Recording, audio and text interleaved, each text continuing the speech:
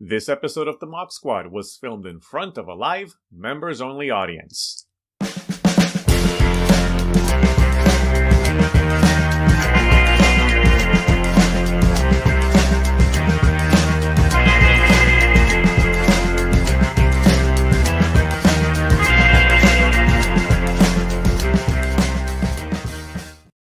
Greetings and welcome to another members-only chat right here on the Burnettwork with the one and only Mr. Robert Meyer Burnett. Hello, Rob. Hello. I have to say that it's good to be here. Good to be here with the members. I have to send out hopes and prayers to all the people of Israel to quell this sneak attack, despicable sneak attack against civilians. Hope that's put down very quickly. It kind of puts the stuff that we talk about usually kind of in the trivial category for this. It really does. Yeah. I mean, this is shades of 1973, the Yom Kippur War, and it's going to be the Day of Atonement for somebody. Indeed. But we'll try to we'll be keeping an eye on things. I know, Rob, that's it's a very personal matter for you as well. So, we will. Well, I love Israel. I've Right. been there. It's an incredible place with incredible people. And, this could lead to a much larger escalation in the Middle East. Right. Our own government, which is in a state of disarray. The Israeli government has been in a state of disarray. And when your government is in a state of disarray, people take advantage of that situation. And that's why if you want to have a republic and you want to have a pluralistic democracy, it is very important that you show the world strength. And that strength must come from the top. And the fact that we are watching our democratic institutions being slowly eroded, mostly from within, is a very dangerous thing. And I think that all people that want to live in peace and in freedom should look at what's going on now and take a real hard look at who and what we're facing, and remember where our strength comes from. And that strength is unity and sense of purpose, and that we all believe in certain values. And this is something that I hope it stops quickly, but it could also very, very well escalate into something nobody wants to see happen. That's right. Well, like you said, I mean, it's already happening. There's been massive loss of life already. Yeah. Women and children. And abductions, not just loss of life, but abductions, kidnapping. This was make no mistake. This was a planned, coordinated attack by outside bad actors. It was not just Hezbollah and Hamas doing this. I would say there's command and control. We'll find out where, but it wasn't just in Gaza or the West Bank. Right. Well, as we do every weekend, we will invite, or every other weekend, we will invite our members who are here with us today to join us in the chat. Can have a little bit of time to hang out here with Rob. Rob, time-wise, are you doing okay with our standard? I'm good. Yeah, okay. Yeah, I'm good. And so we will go ahead and let our friends in here, and I'll be the bad guy moderating people's time. So that you're never a bad guy. Rob doesn't have to take the flak for that. That's on me. So, so then let's go ahead and admit all of our members who are eagerly waiting to join us here today. So here we go. Welcome everyone. RM. We have Billy D. Shilimus. We've got Luis Sparrow, Stubble McShave, Justin, Tom. I feel like the beginning of the Romper Room show. I see Billy and Kevin and Alon and Justin.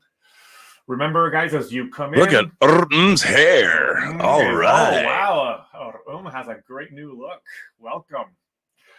As you come in, remember you can use the tools in the Zoom room at the bottom of the screen to raise your hand, and then I will bring you in the order in which I have them here on my screen. I'm going to go ahead and pin Rob right now so that he's got the spotlight. Well, for some reason, I pinned myself. Why did I do that? My bad. Remove pin. Let me pin Rob. For some reason, I pinned the wrong person, but I can't find Rob. You pinned me. Ooh. I'm going to pin you now. Pinning Rob down. Now, there's Rob. All right, excellent. And we've got our good friend in Star Trek show host, Julian Mushkin, is starting up to kick us off here. So, Julian, you should be able to unmute now. Welcome, my friend. Thank you, Roberto. Good to How's see it everyone. going? It's going really good. Congratulate me. Congratulate I have you. made it. Yeah, I've made it around the sun 58 times today. Oh, happy birthday, Julian. Thank you. Welcome to your next year. May this twirl around the sun be your best yet. We can always hope. So I got caught up on For All Mankind. Oh, and? I like it. Yeah, so I'm looking forward to the next season. I'm looking forward to watching the rewatches that you're doing. And Yeah, so it's enjoyable. And my wife just started watching it a little bit ago too. So we'll see how she feels about it. And so far she likes it. She's not very far into it though. Yeah, I mean, it takes a little while, like kind of like The Expanse, to get cranked up to where people are, involved in it. So, but I mean, I think it's a show that does everything right. And it's, it's not perfect. It also, what people, it does have, there's a science fiction and soap opera component to it that I actually appreciate.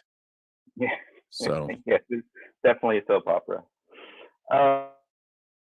To avoid talking about all other unfortunate things, Dune, which we have to wait a little bit longer for part 2 of Denis' movie. One of the things I really enjoyed when we were at Comic-Con this last year was talking about stuff like Dune and the differences between the book and Lynch's movie and Villeneuve's movie, with a lot of the people that were there. It was just, it was that kind of geek thing, the nerd thing that is so fun about conventions. There was a conversation on the Facebook PGS chat that somebody voiced their opinion of there being an awful lot of boring exposition and scenes that just made no sense and such for the new movie. And that's true. There's some stuff that's questionable in the first movie. There was another gentleman who expressed the fact that they liked a lot of the scenes that were in there because they were coming at it from somebody who'd never read the book, had no information about it. So they were trying to keep up with it, and they liked it. And they had questions about how shields work, for instance. And so I put my 2 cents worth in about how shields are explained in the books and how they're supposed to work and things like that, and how I thought that wearing body armor was kind of silly when you have shields already. Seems kind of redundant. That be that as it may, the original poster thought that the training sequence on Caladan in itself was a waste of the audience's time. And I thought, how else are you supposed to, without doing a whole lot of full exposition, and Herbert loves his exposition, but how else are you going to convey that our hero has the knowledge and the training to be able to do what he's going to have to do later on in the book, that he has trained with the best fighters in the Imperium, and that how shields work, and a lot of the other. I think Herbert has a lot of scenes in his books that really help build the depth of the world that he was creating. And so I said, I understand there's a lot of problems with Villeneuve's storytelling, but how else are you going to convey some of these scenes? And that scene was, aside from dialogue being changed a bit, was almost directly out of the book. And it came to light, of course, that this person was aware of the books but hadn't read the books, but still found them a waste of time. Yeah, I mean, supposed to do that then? well, I think that I was just talking about this morning. When it comes, I too thought that as much as I liked Denis Villeneuve's Dune, I thought the scenes were cut to the bone. meaning that, they barely registered as scenes between characters because it was already over long and they were cutting the scenes down. There's like when, the whole scene with the Gom Jabbar and putting your hand in the box, that scene is cut so quickly that I don't think, if you don't know Dune at all, if you've never seen Dune, there's a lot of stuff in the movie that it's so brief that it doesn't take time. I think a lot of people don't get it because they're not full scenes with a beginning, a middle, and an end. You're like, you get in late and out early. Well, in Dune, it's too much. That movie should have been at least a half an hour longer, and they should have allowed those scenes to breathe, because you don't even know that Charlotte Rampling, as who's playing Mother Mohiam, the leader of the Bene Gesserits, you don't really even understand what they are. And in Lynch's Dune, which clearly Denis Villeneuve is heavily influenced by Lynch's movie, because all the scenes are pretty much the same. He hits the same beats, and because they're right out of the book. But in Lynch's movie, they set up at least a little bit, because we meet the Padishah Emperor. You see the Reverend Mother. You understand that she uses telepathy. You get who the guild navigators are. There's a lot more going on in that version of the film. And while I think Denis Villeneuve's Dune is like peak verisimilitude in terms of science fiction movie making. It's incredible.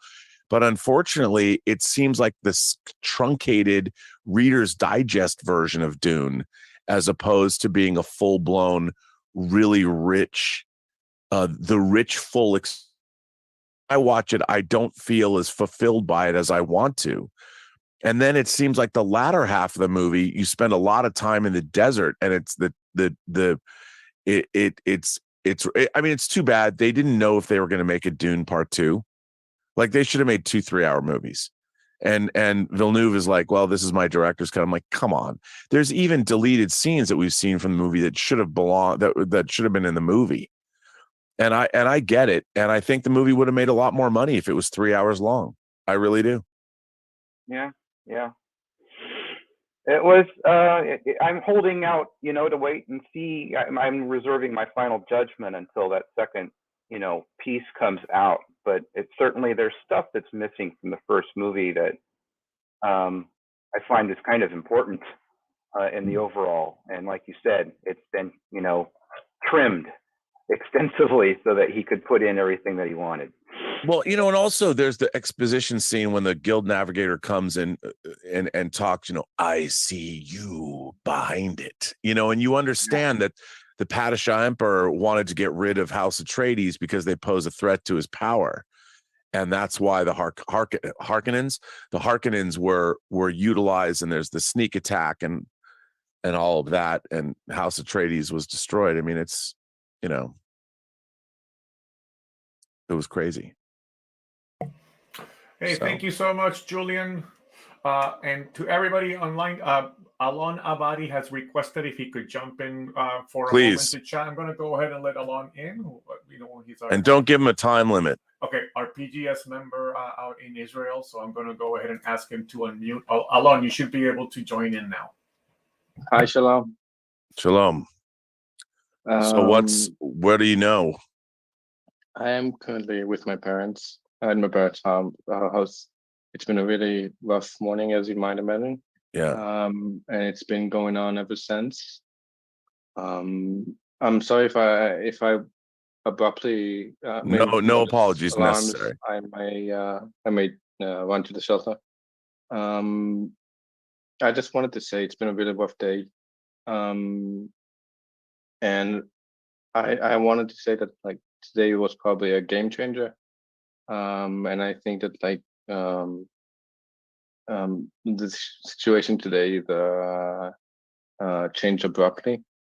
There's talks about hundreds of dead, possible abductions and kidnapped, and prisoners of war.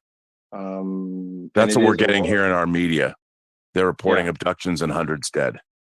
Yeah. And it's all true. We've been seeing it accumulate through the day. I wanted to jump on and say I did make something couple of days ago. I did San Roberto.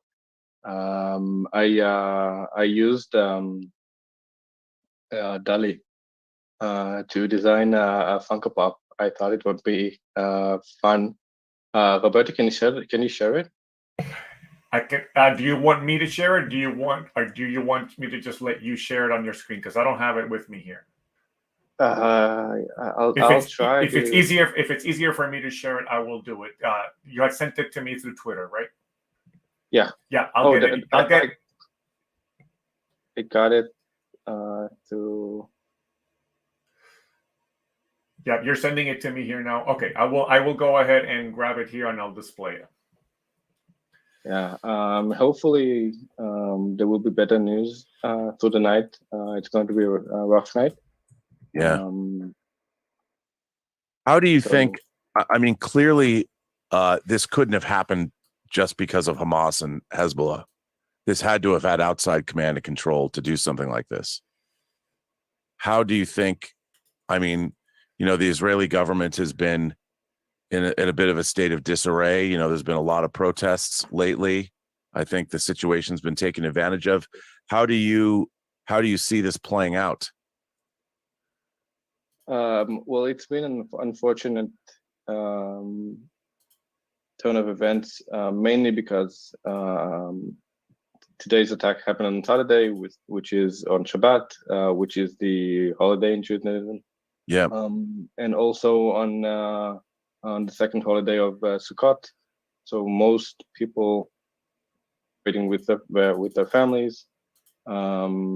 Some people are observing Shabbat, so they didn't have access to technology. You're asking whether or not some other influence had a hand in it. Yeah, I think it's pretty clear. Yeah. This whole thing was orchestrated by Iran and Hamas. Thankfully, no other terrorist organizations joined it in. So Hezbollah is not part of it at the moment, but it could be. So everyone is on their toes. When we're hoping this not escalate, or this will not escalate to a full front war on many sides. And frankly, my thoughts are with the people of southern Israel. Some of them experienced terrible experiences today, where terrorists infiltrated their homes and kept them hostage and took them hostage and abducted some of their families. There's horrific stories about people realizing that their family was kidnapped by by images they've seen online and on Telegram. Then there were civilians being executed in the streets, according to our news. I mean, yeah, yeah. That's the thing is, we're dealing with a very barbaric attack, and they spare no expenses at making it known. There's graphic images and violence that I really didn't think I'd see. There's insane images. People you've seen that like you recognize, and you see terrorists running around in the streets, and terrorists and you see people are sharing their security cameras.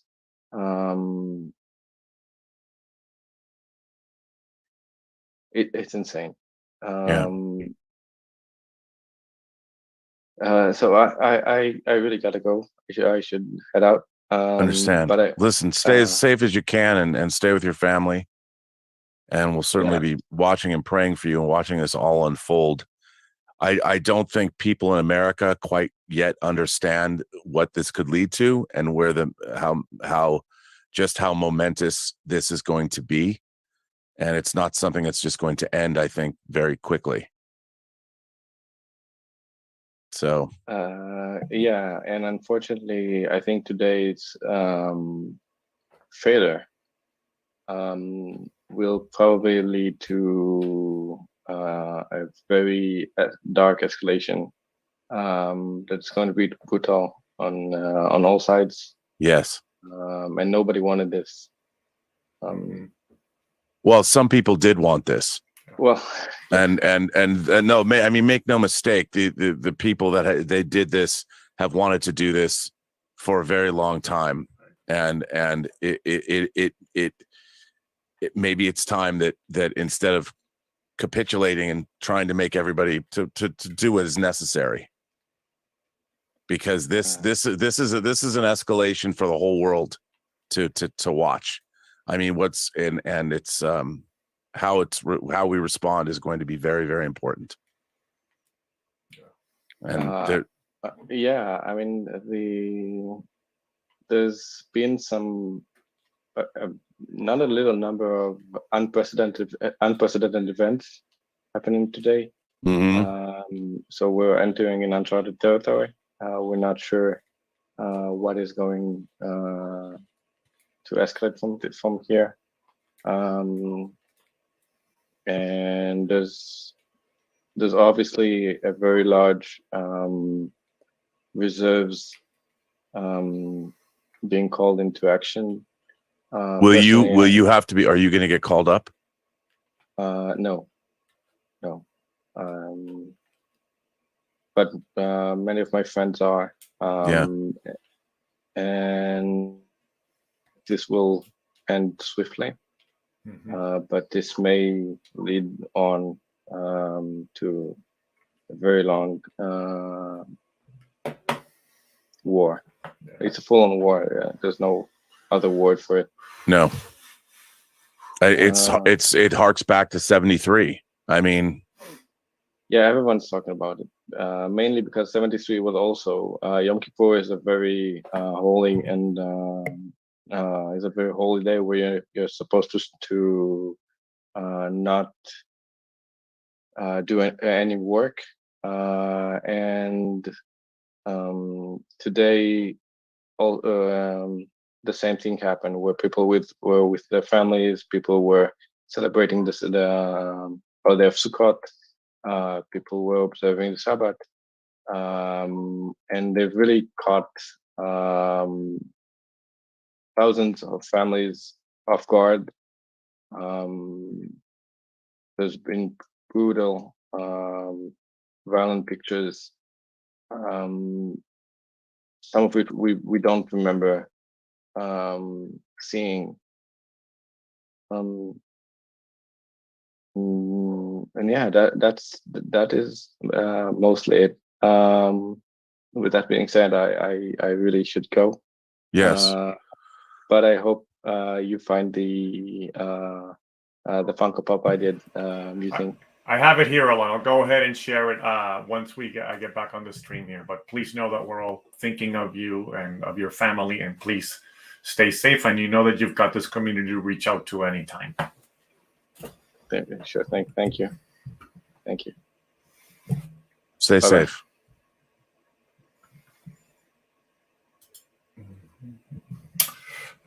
Yeah, and then I'll go ahead and take a moment, even though, again, it seems somewhat trivial, but Alon wanted us to share this piece of artwork that he's put together, so I'll go ahead and share it.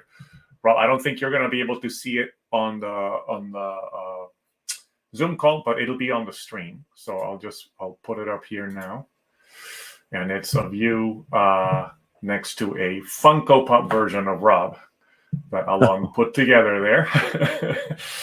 So I will go ahead. So it's on the YouTube stream. Yeah, if you look at the YouTube stream now, it's playing. It's on there right now, so you can see it.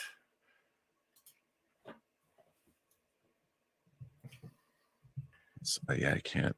I always have my little computers always. Well, I will go ahead and make sure to share it with you so that you have it as Yes. well, and you can always take a look a little bit, a look at it later on the stream. So, but Oh, that's amazing. Okay, there we go. You got it. Yeah, Yep. So I'll make sure to send it to you as well, so you have it.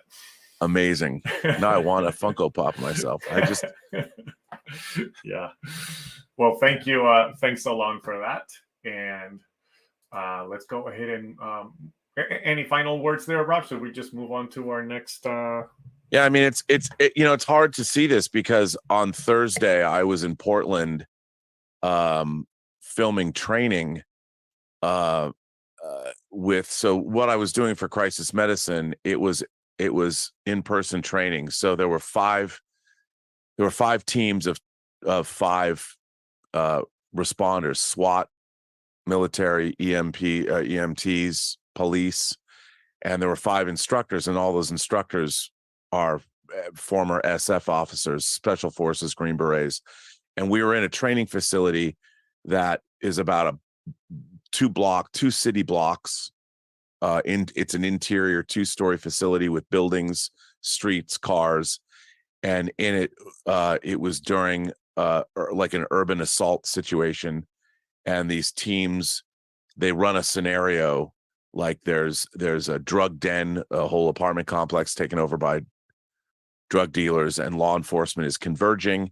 And then each one of the teams has to deal with somebody either shot, somebody blown up, a casualty while fire is happening. And they have to decide how to take care of these casualties under fire. And then each team would switch to a different instructor. And so there was one overarching scenario and then 5 sub scenarios in the overarching scenario, and then they get judged. And I just seeing that on Thursday and filming the whole thing, it had to deal with urban combat and moving casualties out of an urban combat area. So it's a little that I had conversations with these military guys, and they're all expecting that conflicts will be escalating in Europe, not just in Ukraine, but on the border of Azerbaijan and things that are happening, and the saber rattling. It never occurred to me that 2 days later, from me filming, first responders learning how to provide pre-hospital care to casualties, that we would be seeing a massive urban incursion, an invasion, a terrorist invasion of a sovereign nation, where civilians are being murdered and families are being, home invasions. Who knows? Right now it's the fog of war. Who knows what's happening? But it's wigging me out because it's so unnecessary. And, these are tribal hatreds that go back thousands of years. And, Israel is for everything that you hear in America, it is not an apartheid state. And this has gone on since Israel's inception, these kinds of things. And it's very unfortunate to see this because, it's been going on for a long time. All the Arab countries, Israel is embattled. It always has been since its inception. And you see this. And it's because Israel is tolerant, a lot more tolerant than people give it credit for. And, when the Palestinian people keep electing terrorist governments, whether it's Hamas or Hezbollah, propped up by Iran, and they keep electing terrorist governments to lead them, they've never accepted anything Israel has proposed for a 2-state solution. And you see something like this. Israel is a first world, technologically advanced, pluralistic democracy, the only one in the Middle East. And to see this happening is, and make no mistake, we as Americans, if Iran is going to be, this could escalate very, very quickly to something very substantial, and something that America will definitely step into. And it ain't good. So yeah. And I mean, this was a terrorist. This wasn't, as Netanyahu was saying, it's an act of war. Right. And to see these, I mean, hundreds and hundreds of people are already on both sides. And, but the Palestinian people have continually elected a terrorist regime that has pledged the destruction of Israel. And Israel has had to coexist with that and has allowed that to happen. I think no longer. Yeah. and the rest of the world is not going to put up with it on many different levels. And America, we've already chosen our side, and it's the right side. Mm-hmm. And we with our social media ridiculousness and our performance activism, there might be a lot of people who learn quickly what it's like to be part of boots on the ground in a foreign country. Yeah. So it's pretty shocking what happened, and it's just weird to me because it was what I saw was fictional, but it was based on providing real care for people that are in the situation that's happening right now, and also in Ukraine, which has been going on, and with people who could very much be called into action to work in these to 100%. be activated in these wars. This week we saw the Russians bombed a supermarket. Mm-hmm. And the real question is, what is the point of any of all of this? Yeah. There is no point. So, all right, Rob, let's go ahead and return back to our regularly scheduled programming here. But again, we are holding all of these news that are emerging news close to our hearts, and we will keep an eye on that, and we recognize the kind of the sensitivity of the topic on this day. So we're bringing in Marcus Bisma next. Marcus, you should be able to unmute now. Hi, Rob. Hello, sir. Wow, that was such a heavy topic, and I know. I apologize. It's just it's breaking news. It's crazy to see this is happening. It's on both sides. Hamas, by doing this, they or Hezbollah doing this, they bring as much horror down on their own population but they don't care. They've never cared.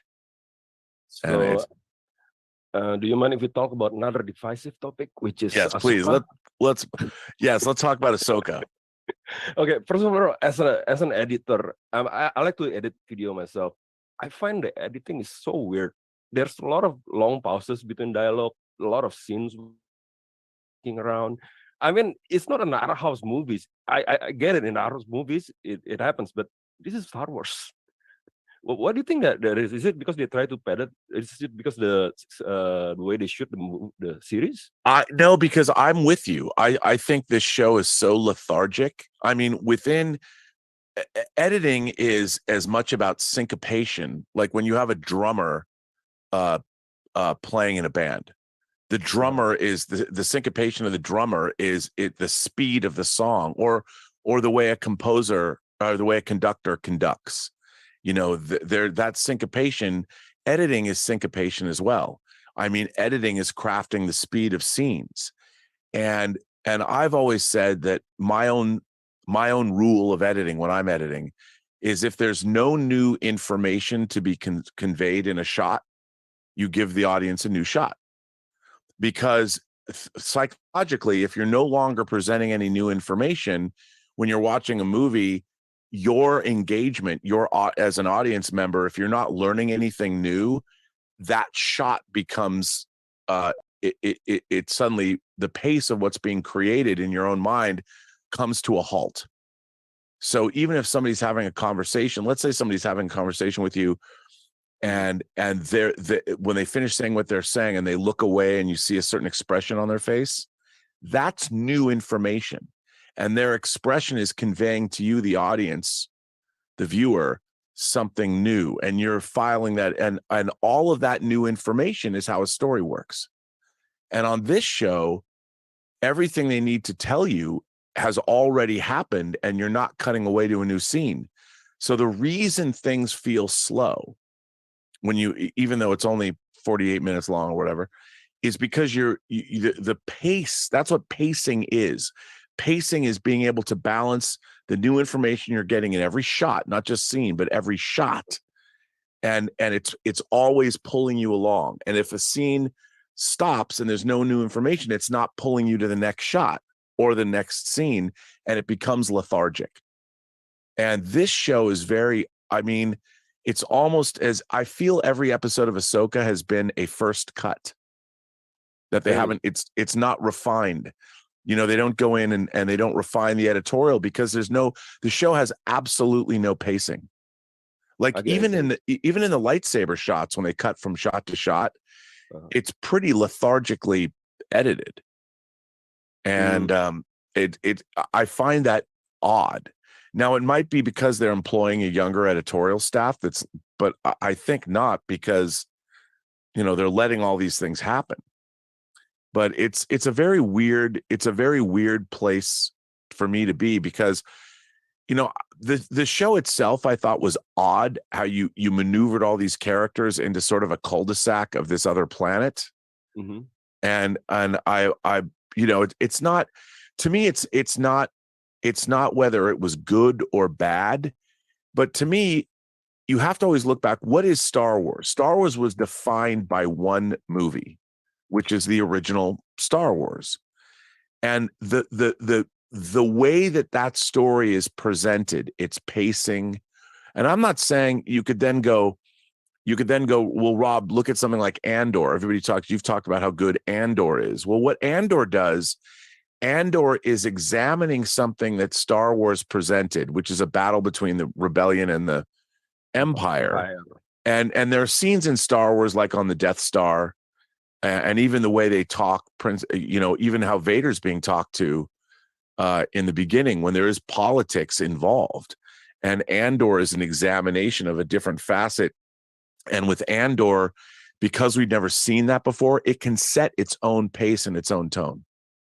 Yeah. But Ahsoka is relying on the Clone Wars animated series and Rebels and Star Wars itself. And there's an expectation of a pacing that happens in there.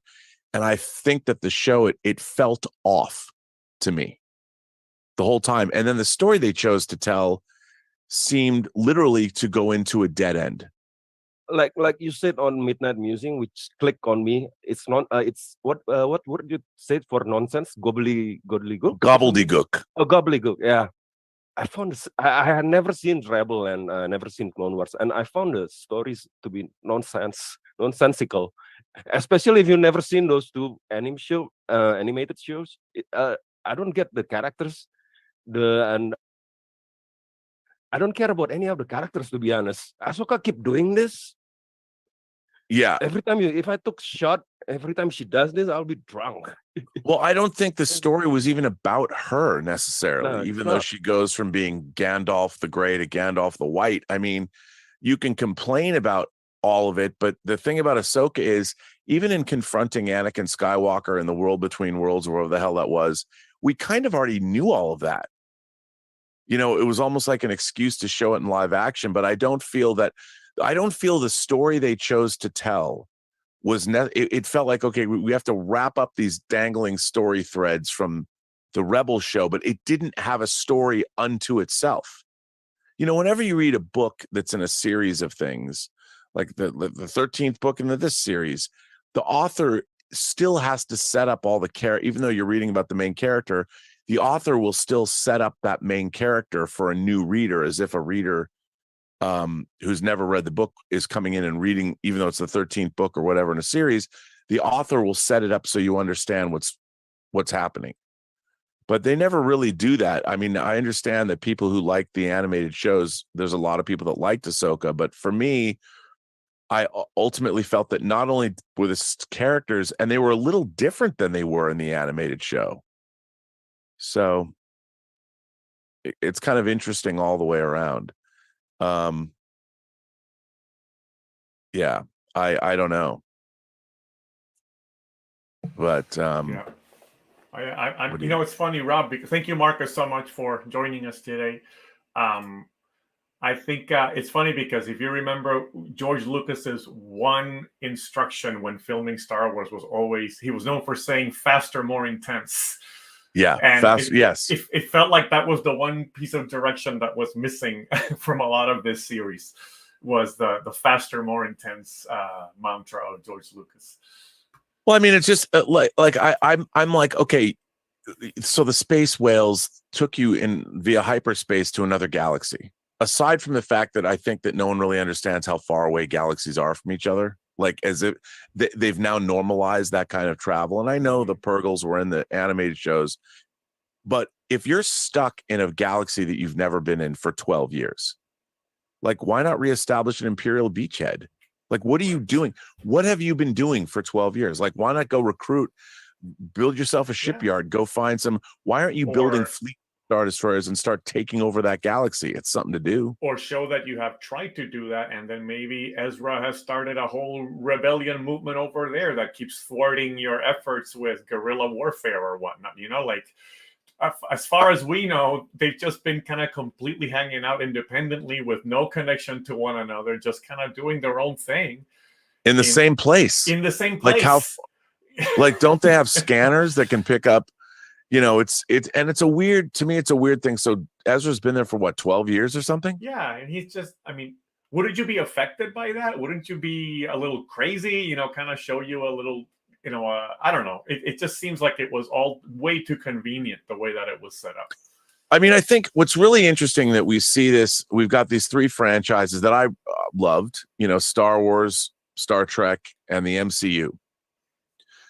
And they used to do a really good job of world building within them, you know, and now I feel like I don't even in their fictional universes, I don't buy it anymore. It's hard to like I'm watching Ahsoka, and I'm like, no one is acting like a real human quote unquote human being would act in this scenario. The characters are no longer believable human beings. And I've said this so many times. Han Solo and Luke, a farmer and a truck driver. Right. You could take those archetype characters and you could put them anywhere and they would work. Mm-hmm. And that's why they worked in Star Wars. And I'm watching all these characters and I'm like, I do not believe that Ezra is going to hang out in this hut for 12 years and do nothing. Right. I mean, you could say that, well, what else is he supposed to do? And I'm like, you know what? Why not go walk in and try and talk to Thrawn and his group and be like, bro, isn't there something we could do that's, if we're stuck here, that's more productive? Like, why don't we go out and find, you know, now we got the Mortis gods, the Argonath and all this. And to me, I look at that and I'm like, how is it that Star Wars so blatantly evokes other franchises in their imagery? The whole thing about Star Wars that was so neat when it first came out was no one had seen anything like this before. TIE fighters and the Millennium Falcon. I mean, X-Wing fighters look like fighter planes, but you looked at a TIE fighter and you're like, I have never seen anything that looks like that before. Mm-hmm. And now everything is just, there's nothing that's visually new. There's nothing that's visually interesting. I mean, the Disney sequel Star Wars movies, other than variations on Star Destroyers, they gave us nothing new. Let's bring back the McQuarrie X-Wings. Right. Why? It's 30 years later. Give me a new fucking hero ship. Show me something cool. Design something neat. Empire gave us twin pod cloud cars and Bespin and walkers and AT-ATs and ATSTs and snow speeders. And, you know, you saw a TIE bomber. There's all this variations on themes. And now we're getting, I feel like there's a failure of imagination and there's a failure of filmmaking happening. Yeah. And it's not to take away from people that like that stuff, but it's like, come on, man. Yeah. All right. Got Darth Plato has stepped away from his desk from what I can see. Oh, so okay. Maybe I should jump to Stubble until he gets back. So let's go ahead and have Stubble jump in. Welcome, Stubble. Hello. Thanks. Thank you for this, sir. Yes. Stubble sent me this. Yeah. Hope you check it out. I will check this out. It's the first book by the author, so he's a little bit rough around the edges, but it's still a good story. I can't wait to read it. Yeah. Anyway, I canceled Disney Plus because, you know, I had an annual membership, so I had to pony up for a whole new year or cancel it, and I canceled it. Yeah, I think I haven't watched Loki yet, but and I got. Oh, nice. So I don't have to have Disney Plus for the Beatles documentary any longer. Right. That documentary is amazing too. Yeah. And then I got the fourth book in the. Oh, nice. So now all of them are out from the Kickstarter. Yeah, all of them are out. I haven't read the third one yet. I have a trove of books to get through. Sure. and I've been a bit busy, so I'm not finished with the Mayberry book yet, but I'm like 35 chapters in or something like that. But we're getting there. Nice. Yeah, but I wanted to talk about Ahsoka because that was sort of like the topic, but it felt like I needed 20 minutes to go through things, and we don't have that. So just do some of the highlights or lowlights or whatever. Yeah. Yeah. Nice. No, I didn't like. That was one of the reasons I canceled, because I thought, what is it on the service that I'm watching and enjoying? Not very much. So, you know, I think Ahsoka is just dull. You know, she has that Jedi Master generic, you know, no conflict thing about her, and she's just boring, a boring character. Yeah. Yeah. So, well, I mean, I think too, it's like I watched Ahsoka and it was fine. And I'm watching and I'm thinking, what is this even about? Like, where is it going? Like, what am I supposed to, you're going to now lead into a movie, but I don't even know what I'm supposed to be looking at. Yeah. And I don't know. I really don't know. And I can't wait to do Midnight Musings and talk to Lael, because he always has interesting insight and about what's going on. But I'm like, I feel like we're all, even we want to love this stuff, and even the people that really love this stuff are making up excuses about why it is the way it is.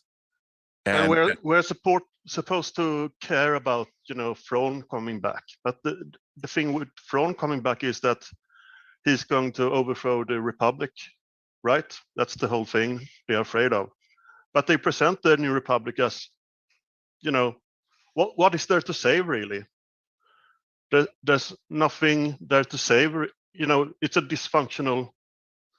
presented as a dysfunctional government.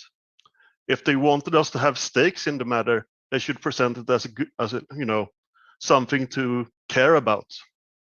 Right. And even when you saw when you saw Sabine, what's her face, Mary Elizabeth Winstead, and C-3PO shows up, then that guy, the new, Mon Mothma's there, but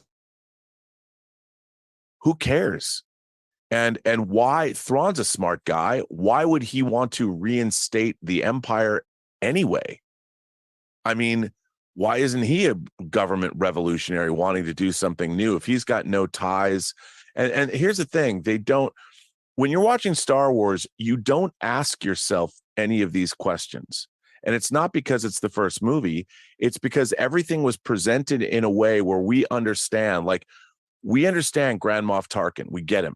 We understand when the Empire is sitting around a table talking about, you know, the Force, talking about the regional governors, talking about the power of this battle station as opposed to the Imperial Starfleet. We get all that stuff. And it's presented in a very succinct, easy way to understand. But like you pointed out, what does Thrawn even want to do, and why does he want to do it? Yeah. And I thought, like, Ezra, you know, Ezra is a nice guy, I suppose, but is it so desperate to find him? There should be a purpose to finding him. He should have the answer to a very specific question, to a specific problem, to, you know, to something in the plot, rather than, oh, I want to meet my old friend. It's you know, it's no narrative thrust in that. No. And you know, these characters are in a whole different galaxy. They've been rendered irrelevant. Like, what do they have to do with what's going on, you know, back in the home front? Who cares?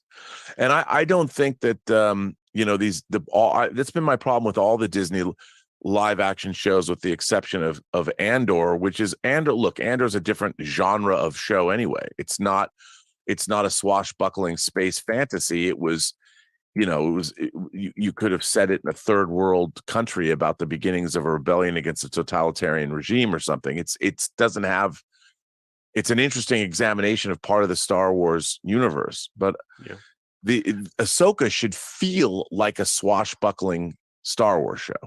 Yeah.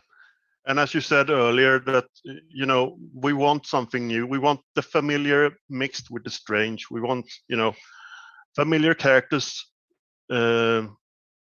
encountering new situations or introducing new stuff, or we want the familiar with the strange, because children like 5 years or younger, they want the familiar. They want the same story over and over and over again. If anyone has had a child and they read a story to them, they want to hear the same story all the time. The older you get, the more new stuff you want into the story. And so we want a mix of what we have seen before, but we want new stuff as well. And there's very little new stuff, except for a new planet, but it looks like any other planet. And Right. so yeah, but there were many other things there that I wanted to bring up. But I had another question. So because I don't have the time to bring up everything. So think of if we were in an alternative universe, and instead of Peter Jackson, it was Jack Peterson. And he did the Lord of the Rings, and he got Sean Connery as Gandalf that he wanted. Do you think that would have worked?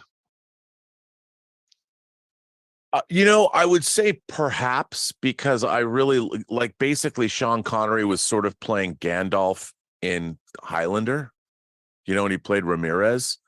It would really depend on how he was written and how he was directed. But I think he could play it. Yeah. I just think that the problem is, I would be curious as if when we were watching Lord of the Rings, I didn't think to myself, there's Ian McKellen playing Gandalf. I'm like, oh, Gandalf was played by Ian McKellen. Gandalf as a character was so well defined by that performance. I don't know if I could have seen Gandalf as anything other than Sean Connery. Right. Like, oh, Sean Connery's playing Gandalf, whereas Ian McKellen sort of disappeared into that role and became Gandalf. Yeah. So, and like Jack Peterson, the alternative, instead of George Lucas, you had Luke Gorgeous, who was doing his version of Star Wars, and we had Tom Selleck as Han Solo. Do you think that would have worked? No, I don't, and I think part of the reason that Star Wars worked, I mean, people forget that Harrison Ford was a pretty unknown actor when Star Wars came out. I mean, Lucas's American Graffiti, who was the big car racer, that shows up at the end of the movie, and you see him throughout the movie, and he was kind of playing it along the lines of what he played in American Graffiti. So when he shows up as Han Solo, you're not thinking about, oh, it's Harrison Ford playing this part. You're seeing a character named Han Solo that's being inhabited by an actor you don't really know. And I think the unknown nature of all three of those cast members made it work. If they had cast name actors, like if Robert Redford played Han Solo or something, I don't think it would have worked nearly as well, because you have all the baggage that comes from the previously existing characters that they're playing. So then again, I don't think Tom Selleck was a known name in 1977 either, right? No, that's true. But Yeah. I think that Tom Selleck's, the way he looks, his personality and all that is just a different. Yeah. Is different. Like, you have to have a bit of a like Tom Selleck to me always looked a little bit more serious. Mm-hmm. I don't think he would have worked well as Indiana Jones either. So you're asking me if he could play another Harrison Ford part. I don't think so. Yeah. So does it look like Darth Plater? Are you there? Can you hear us? Looks like he stepped away, so he might not be able to join us right now. So I'm going to go ahead and jump ahead to Pedro. So Pedro, you should be able to unmute now, and we'll bring in Darth when he's back. Welcome, Pedro. Welcome. Hello. Hi. What's up, man? How's it going? You all right? Yeah, I'm good. How about you? I've been having some health anxiety issues, so I've kind of been debilitated, like kind of been stuck in bed quite a bit. Oh, I'm sorry to hear that. Yeah, it comes in waves. Sometimes I get it. So it's just too much, like, continued stress and stuff like that. So I'm starting to get a bit better, so that's good. So I was just going to ask. So I sent you a letter some weeks ago about, and it was just, I think it was for Let's Get Physical Media, and it was to talk about Neverending Story 3.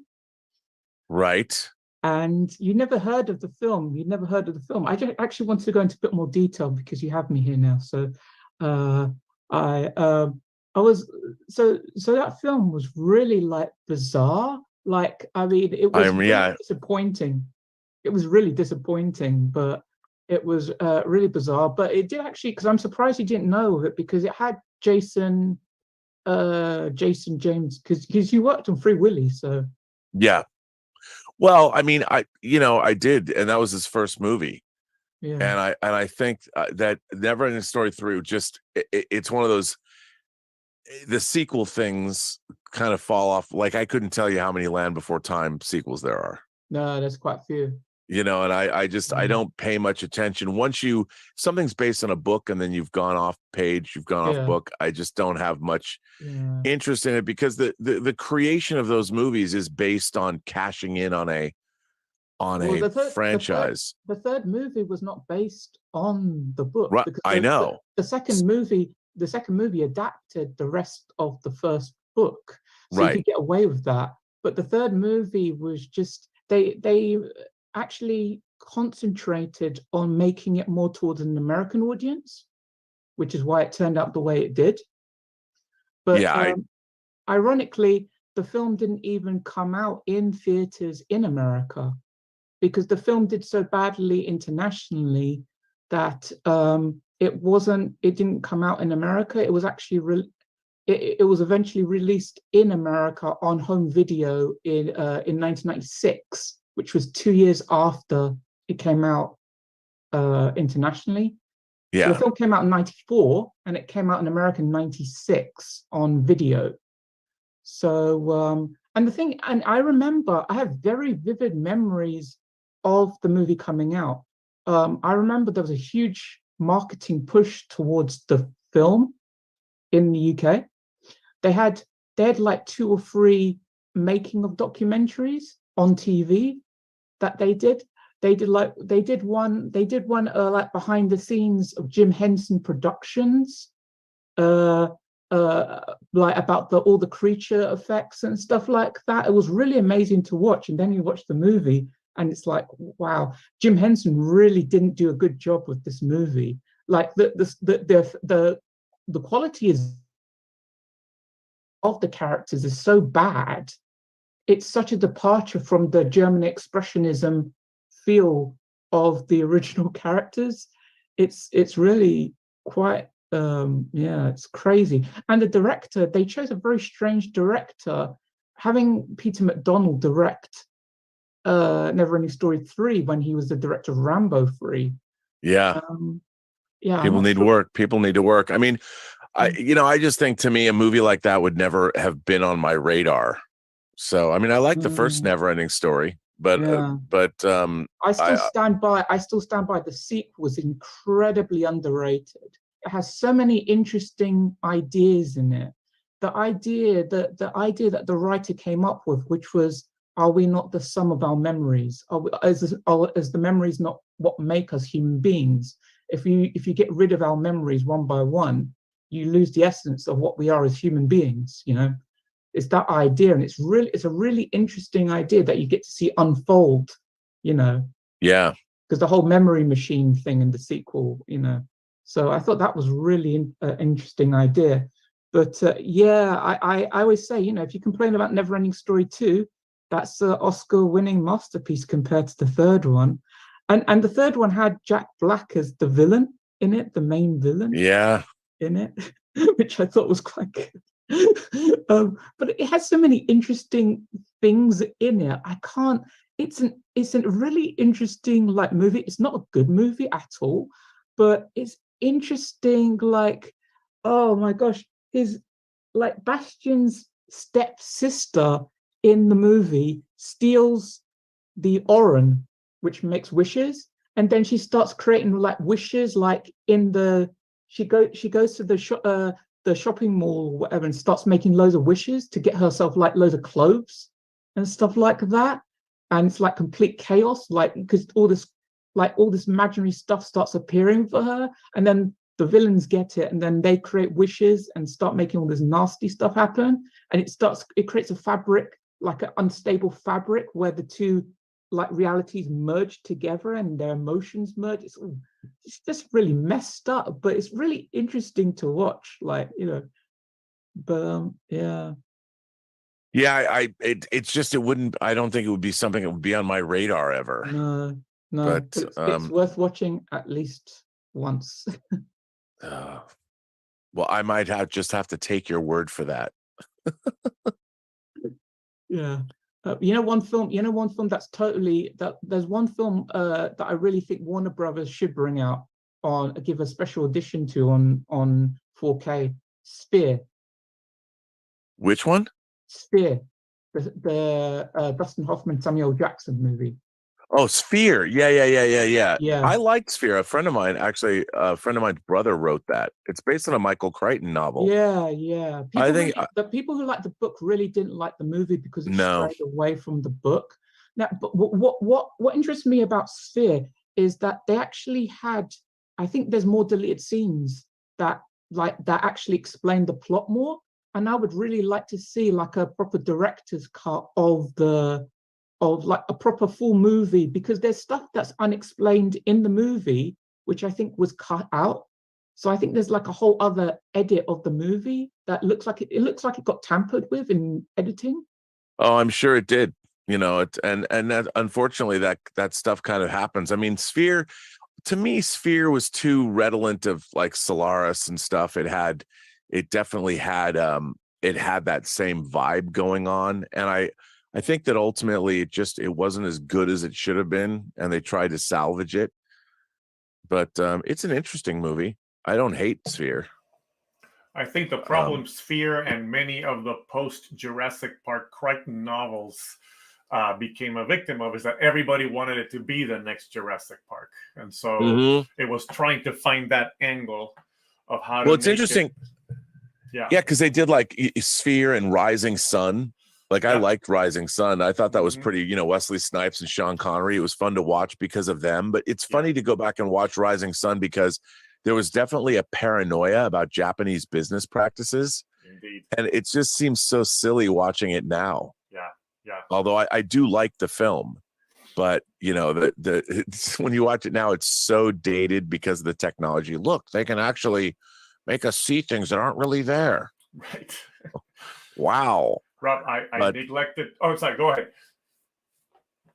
No, what were you going to say? I'm sorry, I interrupted. No, I was just going to say that, and it's again, I'm fascinated by why things get made, and how they get made, and the decision making. Like this idea that every Michael Crichton book, and if you think about Michael Crichton, people forget how far back he goes, because Westworld. I mean, the first Michael Crichton movie is actually the Andromeda Strain that Robert Wise directed. Great Train Robbery. Doesn't it go back to the Great Train Robbery? Yeah, he directed that. Okay. Yeah, so Michael Crichton directed Westworld that the TV show was based on. That was 73. The Great Train Robbery was after that, and then stuff like Coma and Runaway with Tom Selleck. And so it's very interesting to see all that. And then of course he created ER, but like I think Andromeda Strain was his first novel. Okay. And it gets turned. I really like that movie. I remember seeing that as a kid. The opening of that movie was terrifying. Right. They're finding the empty town and all the dead people, and brutal. But but he had a lot of, and that's the thing, like you said, I think that's a good, everybody's like, oh, we're going to just make every Michael Crichton thing. Yeah. In the wake of Jurassic Park, it just became what other Michael Crichton, they did that one with Antonio Banderas about it was based on Killers of the Dead or something like that. Oh yeah. Eaters of the Dead. Yeah. They did that, and they did Disclosure with Demi Moore and Michael Douglas. Yeah. And they did Timeline. That was Richard Donner.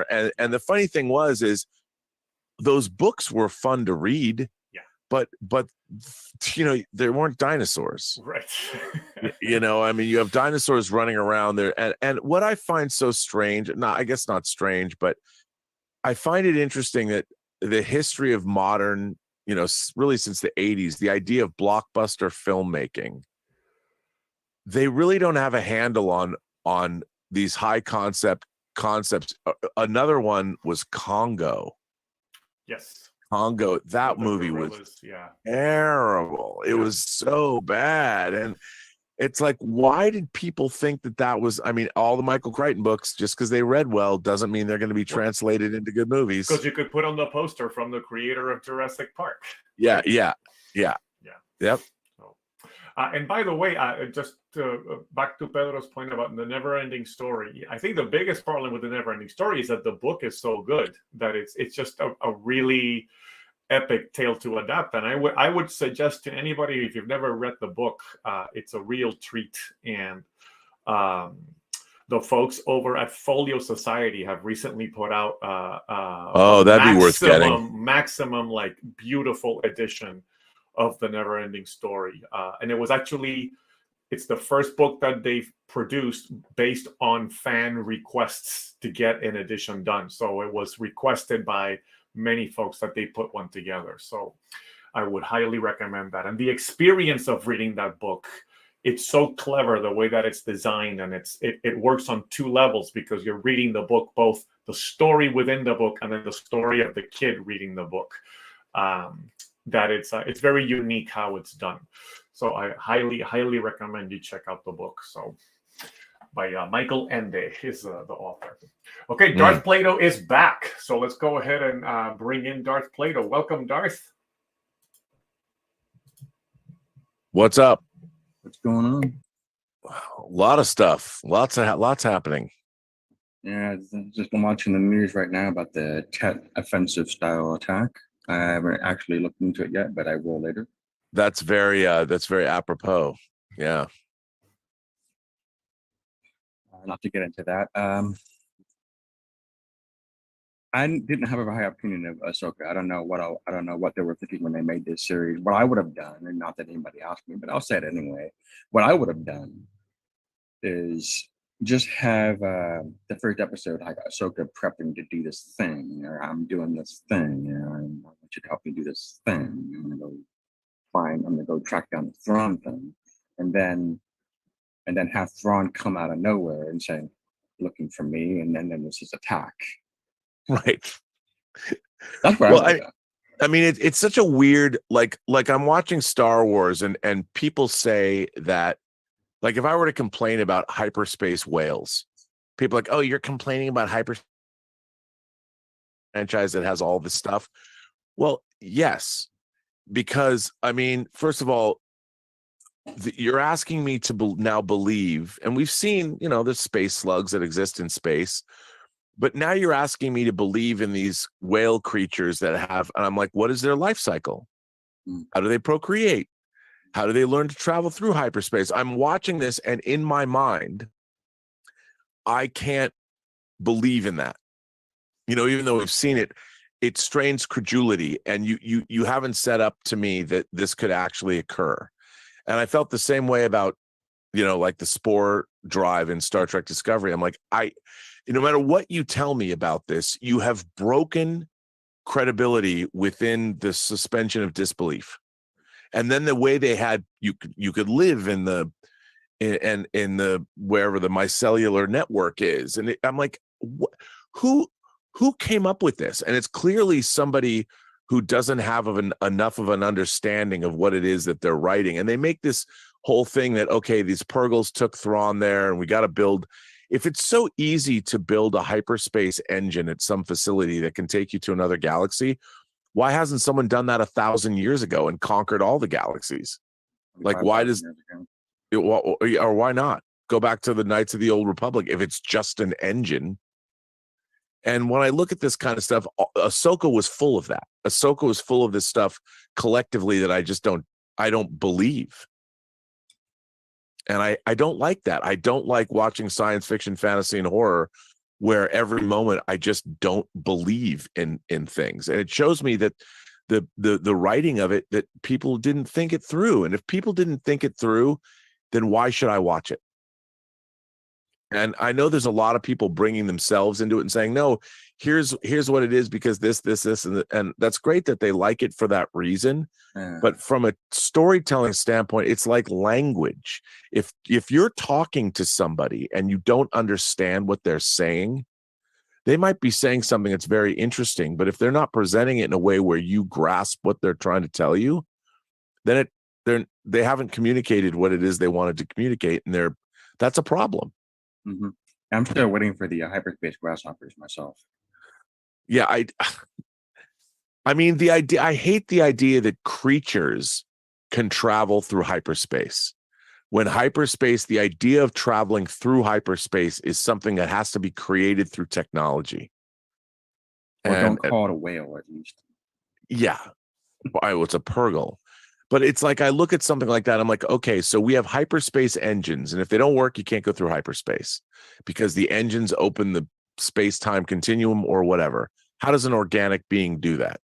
And if an organic being does that, I don't even think that they understand that traveling through hyperspace is traveling through hyperspace one speed, because the idea that you have an engine where you can travel through hyperspace faster, like how would you be able to travel through hyperspace faster to the point where it's not just hyperspace, where if you can be somewhere instantaneously traveling, it's like 2 million light years to the Andromeda galaxy. 2 million light years. And if that's the case, shouldn't hyperspace... Magellanic Cloud is closer though. Well, that's true. But if you're going to travel in our galaxy, wouldn't hyperspace been instantaneous, like folding space in Dune? You just go from one place to the next. Why are you even traveling through hyperspace? And that's what I can't stand, because, all of these fictional universes, the world building has to be such that the physics they're presenting us, even though it's all gobbledygook and made up, you still have to make it work within the confines of whatever fictional universe you're creating. And I feel that Star Wars especially has just become whatever they want to have happen. It's magical. They don't, a lightsaber now, you can get run through with the lightsaber and not die. And I read all these people online going, no, this could happen. It could be. I'm like, which is it, dude? Which is it? Either a lightsaber, it can, and then if there's a setting on a lightsaber to make the blade less hot, I mean, it's such a weird, and when we're in that level, I tune out. I'm like, if the writers can't be bothered to give me lore that I can follow, if lore is just ever changing, what's the point of watching this then? It's like watching a circus. You can the clown car. You get 20 people coming out of the clown car. Yeah, exactly. You can just have anything happen. and that's what you expect at a circus. Yeah, and it's not my monkeys, but I get bothered because then I tune out. There's no way for me as an astute viewer to watch something if they're just going to constantly change the rules. I'm like, well, fuck this fictional universe then. I don't need to exist here. Am I the only one that looked at the Night Sisters standing there in their red outfit? Am I the only one that thought they sure looked like Hagar from Lion Voltron? I never thought of that, but now that you mention it, that's what they are. I mean, they instead of Thrawn, they should have had just Prince Lotor again in there or something like that. Well, and like if they're hanging out for 12 years, why not do something? Like, what are you doing? What do you want to do? Go do it. What are you waiting for? Go take over this galaxy. Do you have to go back to our galaxy? Like, it's such a bizarre idea to we have to go back to the original. I mean, it's another galaxy. It's not like it's a small town. Yeah, they should have just left that out, honestly. What I was saying before about just do what I said about the first episode, just turn it upside down. But I kind of get the sense that Filoni just seems to want to just do this angle with the whoever these people are, these three beings, the Star Wars gods, whoever the hell they are, the Mortis people. The Mortis gods. Which I thought was really kind of dumb, but for some reason they seem to be going back to that. And again, what does that have to do with Star Wars? I mean, in terms of a franchise, what the Mortis gods? What does that even mean? And you're again, you're putting other people's franchise ideas, even though Star Wars is an amalgamation of ideas. I mean, it's kind of a wacky thing. I don't know. Thank you, Darth. Got 1001 Johnny coming up next. Welcome, Johnny. Hey, What's up, man? hey, how's it going, Rob? Didn't know I'd be on so soon. It's going Yeah, well. Yeah, I mean, relatively speaking, yeah. all things considered, yeah. I'm Definitely. praying too. I just learned about that on here. I was talking about stuff with my friend, not paying attention to the news. Wow. I was looking it up, and I don't mean to sound insensitive, but Transformers episodes were reanimated in the 90s or in the 2000s. After 9/11, they re-edited stuff like Megatron used to turn into an airplane in one of the shows, and he would ram through buildings just to make a big villain entrance. But because 9/11 happened, they reanimated the whole thing to him being a giant claw and no buildings being hit. Right. And I'm watching that footage, and I'm like, dude, that looked almost exactly like a practical thing from Godzilla. All those miniatures effects, Thunderbirds, all that stuff. It's just uncanny. Except for the explosion, but like I said, I don't want to be sounding insensitive about any of this. No, but I mean, no, it's I just once again, I wish we were thinking more in the long term. Well, but yeah, I know Star Trek, they got all their allegory, the original series, of course. Yeah. And I've been rewatching and introducing my neighbor's kids to the Ultra series, and original Ultra 7 is just full of all this diplomatic stuff. You can watch the English dub done by the TNT. It's very Adam West in its dub. They tend to keep a lot of the plot relatively the same, but you got to watch, you got to read the thoughtful original Japanese scripts or the subs, you know what I mean? Yeah, I mean, it's just very interesting. It's always been a thing. Man is always at war with each other. I'm not trying to, just the meditations man makes on it. No, it's no. Sorry, I thought I thought our signal got busted or something. No, yeah, I mean, it just seems so, the loss of life. Every time someone's life to me is cut short in a conflict like this, you wonder what might their life or the life of their descendants that they had yet to have, where might they have led? But, you look at stuff like this and all of these religious conflicts and it's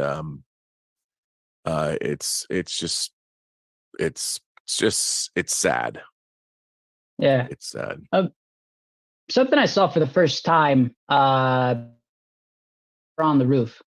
Oh, the movie? That was and then I found out that I can't remember the last name, but from the producers, Zero Mostel. Oh, what's his name? Zero Mostel. Yeah, and he's the original Tavius. So it's like, well, I got to look up, see if there's anything of him online, and I find him at an award show in the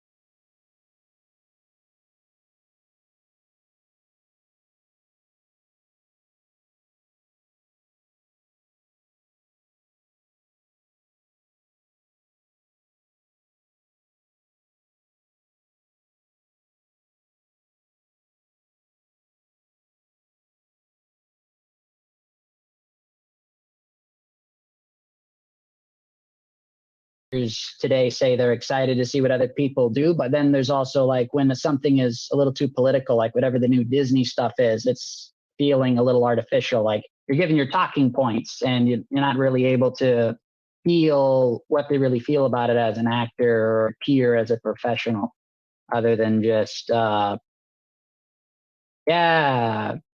want anybody to not watch the next product or something. If that made any sense. I mean, I've always felt Sorry. that but in a way, like Japanese animation, and maybe this is just me romanticizing it all, but like you've seen, like I like Mobile Suit Gundam, and in the Mobile Suit Gundam Universal Century continuity, they've done some really interesting stuff in the last 10 years, and very legit stuff within that continuity, and I've really enjoyed it, and it seems like they're really trying. And I feel like because the people that are making it, they just seem, maybe it's because I'm just imbuing them with more, but it seems to me like the art itself is more legitimate in a way, whereas Americans are just chasing dollars. Like things don't get made because somebody's got a great story to tell. They get made because somebody who owns the IP can exploit it for more money. The problem with that is if that's your only desire, then you end up with a bad story that's going to harm your IP in the long run anyway, which I've always thought is frustrating to watch. And we see it over and over and over again, that the value of these IPs, I think the Star Wars IP has been incredibly diminished since Disney took it over. Incredibly diminished and which is so strange. You spend $4 billion on something, you'd think you'd make sure that was guarded within an inch of its life. That you're gonna have a crack team of whomever make these things, and instead it was all corporate thinking. It was all like, let's go get J.J. Abrams. He's worked on Mission Impossible and Star Trek, and he has a big following on TV because of Lost and Felicity and all this stuff. And you're like, okay, are you really the guy to take over Star Wars? And if so, before we even give it to you, you got to come in and pitch us and convince us that you're going to tell the greatest Star Wars story ever. But then Disney decides what we need to do is pretend like all that old Star Wars, that's for middle-aged men. And we need something that's going to be like Star Wars, but appeal to the kids, the new generation. And that thinking is wrong too. So with the having J.J. Abrams do, and the thing is, from a corporate standpoint, they're going, this movie made $2 billion. And I'm like, okay, that movie made $2 billion, but did putting R2-D2 under a fucking tarp, was that good for your IP? You take a previous hero for 6 films. I know he's an astromech droid, but you've now given us Beach Ball BB-8. What did BB-8 do that was heroic? I mean, R2-D2 was with Luke, even though he got hit. He was there helping Luke defend the rebellion against the Death Star. He went outside on Queen Amidala's ship and fixed some shit. He fixed the hyperdrive in the Millennium Falcon in Empire Strikes Back, facilitating their escape. What did BB-8 do except hang out with Rey and look cute? They literally, and the same thing is true, Baby Yoda fans, I know you're going to get mad. RM, you're going to get mad. Baby Yoda was designed not to be a great character. He was designed completely to be a piece of merchandise. And by the way, well done. And the way Baby Yoda is just playing off of a theme, a previously existing, well, we got Yoda, let's get Baby Yoda. I mean, I get it, and I give it up. They made their money.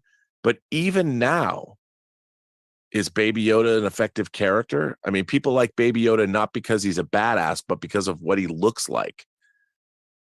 And the funny noises he makes and the various things he's done. But as a memorable character, you're not quoting him.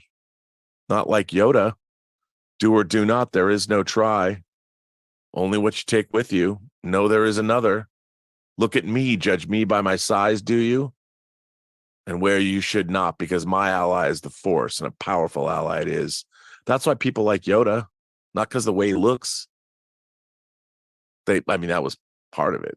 But he became a legendary character because of what he had to say, because of what he did. I don't believe it. That's why you fail. I mean, you Yep. know, Thanks to Johnny, and apologies to our folks on YouTube. We had a slight crash. You didn't notice it, but folks over on YouTube did. But I think we're restored once again. So I was just trying to fix things behind the scenes over here. We've got Catherine joining us now. Catherine Cook, you should be able to unmute.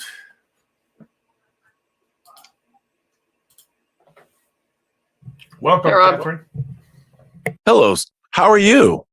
All right. Things have been going so-so. Yeah. Commenting further on what you just mentioned about how they've been handling these IPs. Another thing I don't really get is like they're putting out a lot of plot but not story. And I see that's Exactly. And I see that's also true of a lot of other streaming shows that are not part of IPs. It's like, okay, you have enough story and content for maybe a movie, but then they stretch it out for like 8 or 10 episodes because they're trying to get content. And with Netflix, it's doubly bizarre because they don't put them out once a week. They put it out all at once. It's like, why are you spending all this extra money on at most a 2-hour story and you're stretching it into 10 hours and everybody's going to binge it on the weekend and forget about it by next Tuesday, you know? Yeah. And with Star Wars, I've been seeing that with some of their recent shows, like Kenobi. It's like, oh, we have too much faith in the brand recognition that people will show up just because we got Ewan and Hayden back, but there's no story there to support it. It's just senseless plot, and it's like, what am I watching? Why did you greenlight this? And now with the conclusion of Ahsoka, we're 40 episodes into this whole Mandoverse story, and there's not much cohesion between the different storylines. Like, yeah, there's some crossover here and there, but the only hint of a story that I could see is that they're trying to explain the terrible decision to bring back Palpatine in Rise of Skywalker because of what Thrawn's doing. I'm like, okay, I could see where you're going with this, but why did you build this as an Ahsoka show when she's like barely in it? And as has been mentioned before, there's no real conflict for her. And I did see the Rebels show. I love that show. But the characters from Rebels were not written consistently as they were in the Rebels show. Like Sabine opening the map, it's like she would never do that. Or when she shows up on the planet and sees that Thrawn's here, he's got an evil plan, and she hooks up with Ezra and doesn't want to tell him about it. No, let's just sit around and tell campfire stories. Or Ezra's not even remotely phased when she tells him that, oh, remember the Empire that we fought? Oh yeah, it's gone now. And he's like, oh, okay. And it's like there's no sense of urgency or anybody caring about anything. And when the mission turns out to be an unmitigated disaster for the heroes at the end of the season, they don't really care. It's like Ahsoka and Sabine are like, oh, at least we sent Ezra home. And I'm like, what are you talking about? It's like, this has been a disaster. And it's like, if you don't care, why should we care? You know? And I just didn't really get, and it's doubly odd because Filoni is the one who's credited as the sole writer on the show. And yeah, he's got uncredited staff writers too. But Rebels was his show. He kind of shepherded that. A lot of these characters are his baby, if you will. And yet there's no consistency here. And it feels like let's just produce like the whole hunt for Thrawn in the beginning. I'm like, okay, so you have an Apocalypse Now type plot. We're going to go off to the ends of the universe, into the unknown regions or whatever, to go find this guy.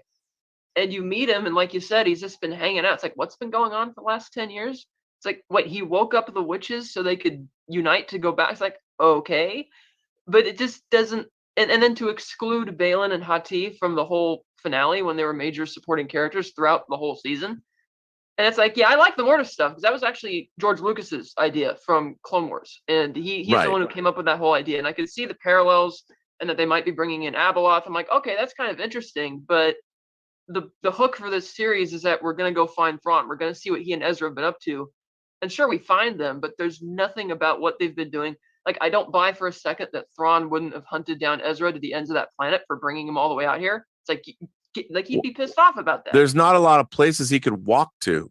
Right. And then even when Morgan Elsbeth tells Thrawn not to worry about Ahsoka, he corrects her and he says, no, we're not going to make the mistake of underestimating one Jedi like this. I'm like, well, then doesn't that logic apply to Ezra? It's like, shouldn't you be going out and trying to find what Ezra's doing? And shouldn't Ezra be doing something? And it's just, it doesn't really, I mean, I like Lars Mikkelsen as Thrawn, but I notice how all his troops look really worse for wear, and he's just, perfectly ship shape. And it's like, what's going on here? I'm not really sure. Well, I mean, and the thing is, are they starving? Like, what is it about? Why would Imperial troops that have a Star Destroyer with light speed, if you're running out of supplies, why not go find them?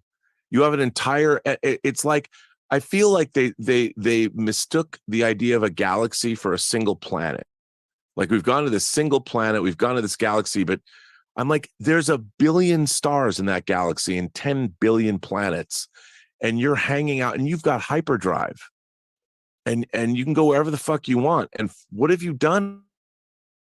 But that's the weird thing is it's like that was the big mystery that fans were left with over 5.5 years ago when Rebels ended. It's like, where did they go? And it's like, okay, you showed us where it is. We get that the witches originated from this planet and, eventually at some point in the past emigrated to Dathomir. We get that they might be essentially the living embodiment of Abeloth. If that's the direction they're going with that canon. It's like, okay, but if there's no sense of urgency and Thrawn's just kind of standing around, it's like, okay, you got to. I like that they kept Lars Mikkelsen in the role, but he didn't really get to do anything.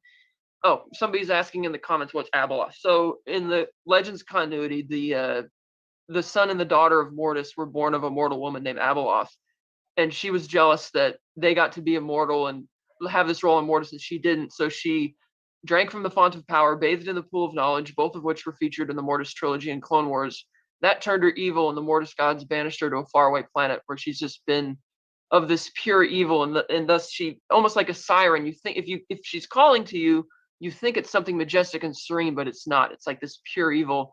And at the end of the series, when Balin is, standing on, like you said, the Argonath, he's looking at that same lightning storm from the temple that Anakin saw in the Mortis trilogy. So it seems like that's kind of where they're going with this. And the implication, since the witches apparently were dead and Thrawn had to wake them up, is they want to go back to Dathomir because, according to the lore, Abeloth is like this all-consuming evil, which is like, very Lovecraftian horror. It just consumes everything. And they want to get away with it. It's like, or get away from it and go, let's go back to Dathomir and literally resurrect our dead because they're loading all the caskets onto the Star Destroyer. And I'm like, okay, that's kind of a neat horror type idea, but it really doesn't have anything to do with Thrawn. And that's kind of where the Rebel series ended. He's a guy who's very pro-Empire. Like he's saying, for the Empire. And Morgan's like under her breath, for Dathomir. It's like, okay, so you have two different things going on here. But why don't we prep up the Thrawn story? Because that's kind of what you've been building to. Like the very first episode of this season is, and going back even to Mandalorian season 2 when Ahsoka showed up and she, interrogated Elsbeth, where's Thrawn? But this season didn't really have much to do with that. And it's like, and even for a season of, long form stuff, storytelling, it didn't feel like a complete story. It ends on all these different cliffhangers. Even as much as I love Andor, which is unbelievably great quality storytelling, which has everything to do with the fact that that was made entirely in Britain under, veterans of British television, which prioritizes quality over quantity. Even that show didn't feel like it had a complete story. It kind of just ended with all these mini cliffhangers for the characters. Yeah. Which feels like that's Lucasfilm pushing it. And then when you had the revelation earlier this year from actor Temuera Morrison that the reason his Book of Boba Fett show became a Mandalorian show is because they were too cheap to pay his salary to appear in the Mandalorian season 3. And since we all know Mando is played by stunt guys, it was cheaper to bring him into Boba Fett's show. And so they took what was supposed to be the first 2 episodes of Mandalorian season 3 and shoehorned it into the Boba Fett show. And I'm like, this is the same studio which spent $300 million on a 5th Indiana Jones film that nobody was asking for, but they're not going to pay Temuera's salary to keep the storyline consistent, because like that doesn't make sense to me. You're even compromising your own storytelling for the sake of saving what would be, I mean, no offense to Temuera, but obviously his salary is pittance compared to the budget for an Indiana Jones film. So I just don't understand what the corporate logic here is. So I like when last week the creator came out, looks amazing for an $80 million movie. I hope they pay attention to that, because that would be great if they could actually, make things which look that good, that cheap, so we have more money for mid-budget good storytelling rather than, these excessively bloated extravaganzas. And like you said, the IP, it's like, yeah, I could see that we're building eventually to somehow Palpatine returned, but do you really need to shoehorn all these other characters and compromise those storylines to do that? And if you're gonna, I just don't get it. Well, no, you bring up a perfect point, and you stated it so well, and I think that's the real problem with a lot of these IPs. And look, a lot of fans are less discerning, and they'll just watch this stuff and enjoy it for what it is. And I don't begrudge anybody to do that. But even you go back and you watch Empire Strikes Back. I mean, one of the reasons it resonated with me, and I saw it 26 times in the theater when I was 13 years old when it opened, was because it had a lot to say to me personally. The whole thing about Yoda training Luke and those lessons are all valid. And that's why the movie does a great job of introducing you to Yoda and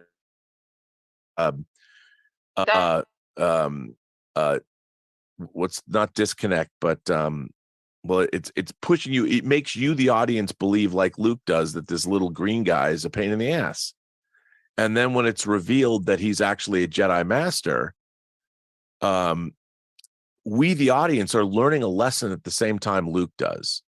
Don't judge a book by its cover, because the movie is made by people that understand what storytelling is. And I feel that what we're getting now in all of our franchises, MCU, Star Wars, and Star Trek, is half-baked storytelling by people that don't necessarily understand the literary or the literature of it all, because nobody reads anymore. So the actual storytelling that you're seeing is an amalgamation of TV shows and comic books and things that aren't really as thought out as they should be. And we get that a lot. And I think Star Wars, Dave Filoni's Star Wars, Dave Filoni reminds me of a guy that's like, dude, get a passport and travel for a year. Go travel around the world and go experience because the Star Wars we're seeing now is like completely disassociated from any real human meaning and experience. I watch Star Wars now and it means nothing to me. Andor meant something because I understand we've had to deal with rebellions. We're seeing what happened play out right now, but it's unfortunate. And I think that's really the problem, is that the people that are creating these stories are not as well versed in storytelling. I mean, overall storytelling, as they should be. And they're costing these corporately owned IPs dearly. All right. Thanks to Catherine. We're bringing in Kevin now. Kevin, welcome to the chat. Good What's afternoon. up, dude? How you doing? I'm good. I'm just opening some popcorn because I have not eaten breakfast, and I was like, oh, I'm kind of fading. Oh, for shame. I was gonna say I don't want to talk about Ahsoka too much, but I was thinking I have a book right here that it's more of a younger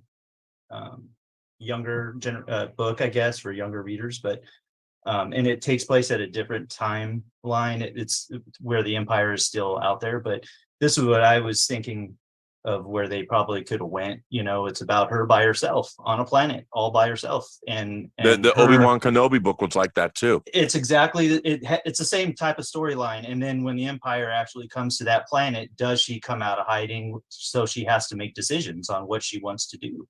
And so there's a lot of psychological issues that are going on. How much does she show to the people of the planet?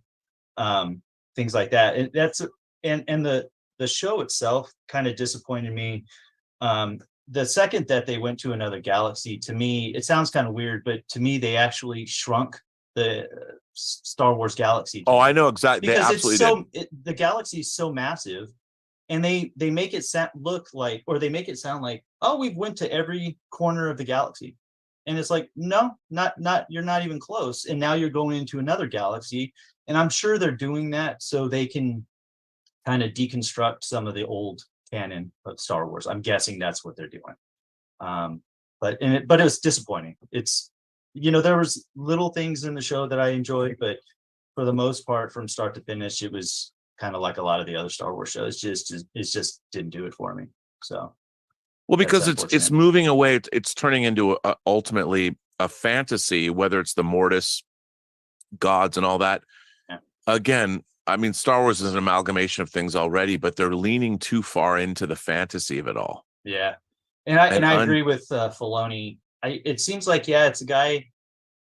Every aspect about him is just centered around Star Wars, and I think he needs to get out more. Well, and the funny thing is Star Wars was never centered around Star Wars. It was always based on something else. Correct. Yeah, and I think that's where, and you can definitely see where he's not really taking any type of information from other genres at all. It doesn't seem like he has anything except Star Wars in his head, and that's unfortunate. So and his Star Wars is very limited. Yeah, he's one of those, I think, and you've discussed this before. I think he's very intelligent when it comes to Star Wars lore, but when it comes to other things, he has no idea. I don't know if he knows film history. Like you have a really broad knowledge of film history, so you can go all over the place bringing in information, and I don't think he has that. Well, it all comes down, more so than anything else, it comes down to human nature. Yeah, you know, right. all whether you're writing Star Wars or whether you're writing The Exorcist or whatever the hell you're writing, I mean, I would there's a moment in Star Wars where Han Solo understands, they don't know their brother, that Luke's brother and sister yet, but Han knows that Leia is a fantasy figure for Luke. Mm-hmm. He knows, you know, because why wouldn't you? He knows she's a princess, and he knows. There's a great moment where Harrison Ford says, Han Solo says, I don't know, do you think a princess and a guy like me? And Luke goes, no.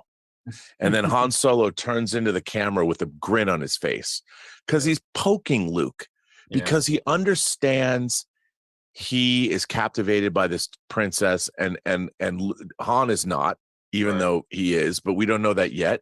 But that's human nature. That's a guy recognizing that the younger kid is enamored of the pretty girl, princess, whatever. And that is a very, take it out of the Star Wars universe, that moment between those two guys, and they're talking about any, you know, pick your girl from film history, pick your girl from real life, Joan of Arc, whomever, Ingrid Bergman, I don't know.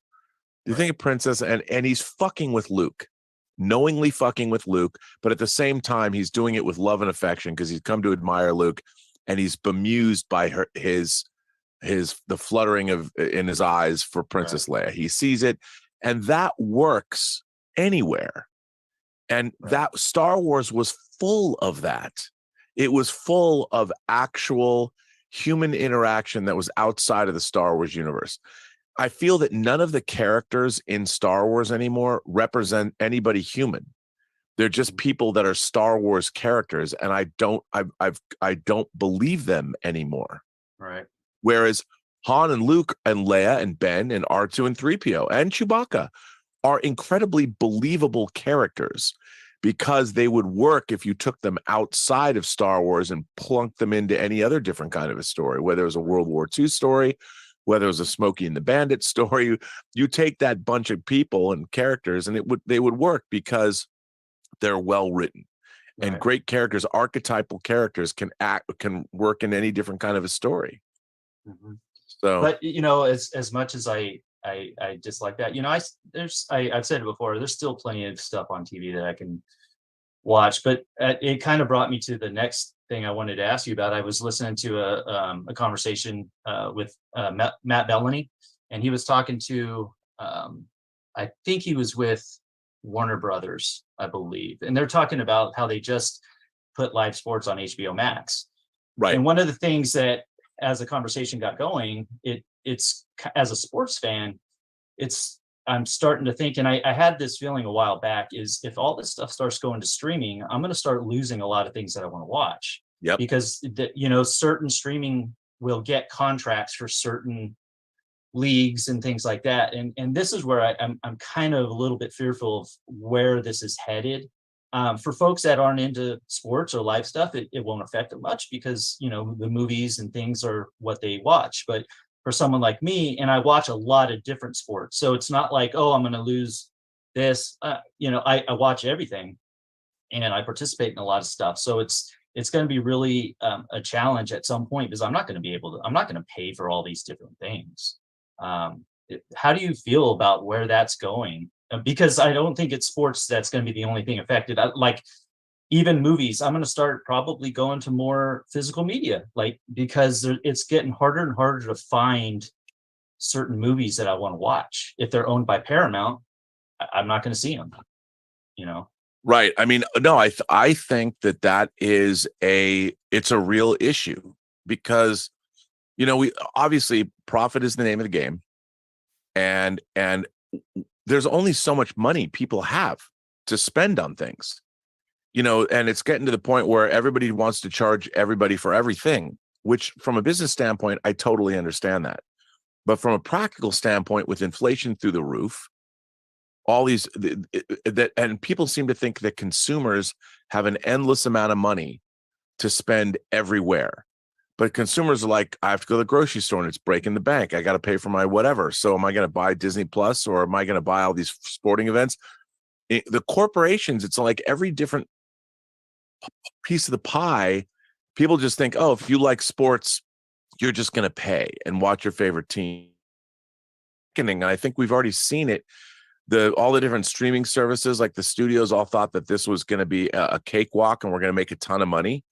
But look at the price increases over the last couple months of just with like Disney Plus and you know, Amazon jacking up Prime and all these people that they have to make money, but they're almost all of these people are collectively like are forcing consumers to be, well, I'm done there. I can't afford that. Can't do that.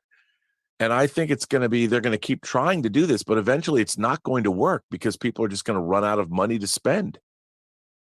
And there's a finite amount of monetary resources. So they can try and diversify and put sports on HBO Max. But at the end of the day, how many people are going to be able to pay for all these services? They think, oh, people are going to come to our service and subscribe to HBO Max. But what if you're getting you're getting NFL at home or whatever their stuff is? It's tough.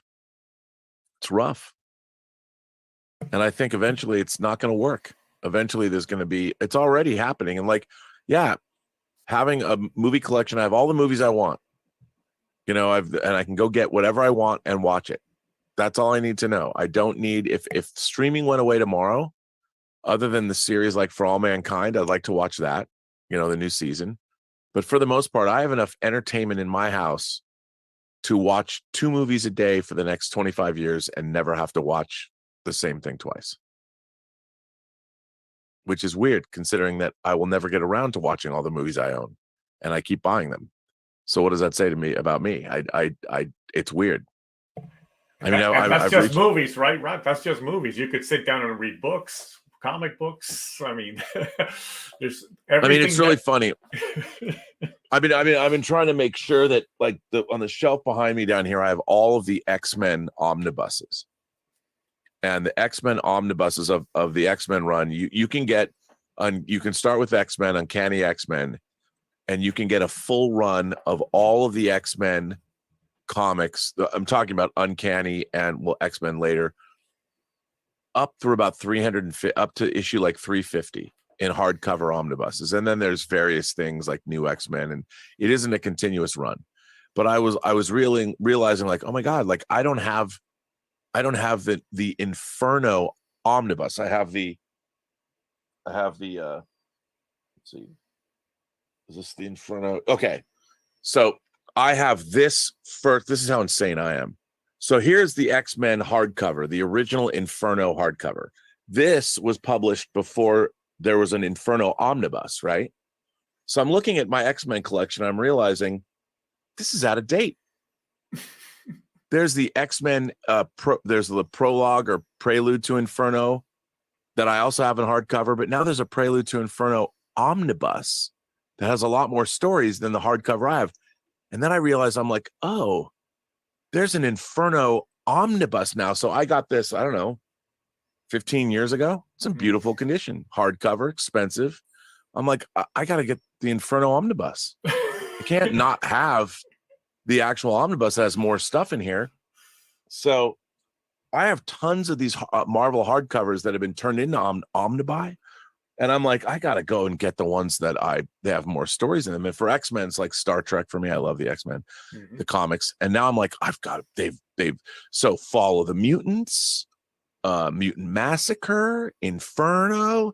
These are all hardcover collections I had that now have new omnibuses. So I'm like, oh, I got to go to cheap graphic novels. And some of them are out of print. You got to go find them and be like, well, fuck it. I have to spend $200 and get, I mean, I'm not going to do that, but that's where I'm at right now. And I'm looking at these things and then I'm getting them or reorganizing them. And then I think to myself, why the fuck do I need this? Why do I care? like in my own mind, I'm thinking, I've got to have all these on. Why? Right. Why? When was the last time you even cracked them open? And now, of course, I'm on this X-Men omnibus jag, so I'm cracking them up, going, "Oh, yeah, read these stories." I don't need them. I don't need to buy any of this stuff. All of it is ridiculous. And I'm not even competing against anybody because no one's going to come in here and no one will care. No one will even give a shit that I have. Someone's going to, it's like, I think someone's going to come in and go, "Oh, Rob, you have all the X-Men omnibuy. I'm very proud and impressed by that." No one ever in my life is ever going to feel that way or say that to me ever. Only I know. And why do I care? And that's kind of where I'm at right now. Yeah. Why do I care? Well, because I have to have all the X-Men on the buses. I have to be updated. Like, why do I want to get rid of a perfectly good hardcover? Mhm. I don't know. Someone's going to be happy when I die. They're going to be like, "Oh, this guy had all the X." They don't even know what the X-Men are. Yeah. What are the X-Men? Well, you've got the entire Claremont era in hardcover. No one's going to even know what the Claremont era was. Right. They're not going to know. They're going to look at me. They're going to put me in the ground or turn me into one of those tree. I want to be one of those tree capsules where they put you in a capsule, your body, and they bury you in the ground, and then you become a tree. That's what I want. Tree. Yep. Yeah, and then it's like, but he had all the X-Men omnibuy. That should be on the plaque on the tree. He had all the X-Men omnibuy. Yeah, I had all the X-Men. It's funny. I planted this apple tree out there, and I named the apple tree Marcel. And I feel like I should make some kind of a placard or something, and like inside it should have a 4K player and a beautiful OLED screen, and if you turn the right button, this thing lifts up out of the ground next to the apple tree, and it's got my entire movie collection. And it's got a player, and you can watch all. This is here. Marcel the apple tree was planted on in the summer of 2023, and then my obituary, they'll bury me in that ground, but it'll also have my entire collection if you find the right code in your hole. Hey, and then somebody can puzzle over why did he have this movie and why did he have this movie, but he doesn't have Neverending Story 3. God, why not? Exactly. We've got a few super chats and things that I've neglected to mention. So quickly, World in Pajamas has been a member for 13 months, so thank you for that.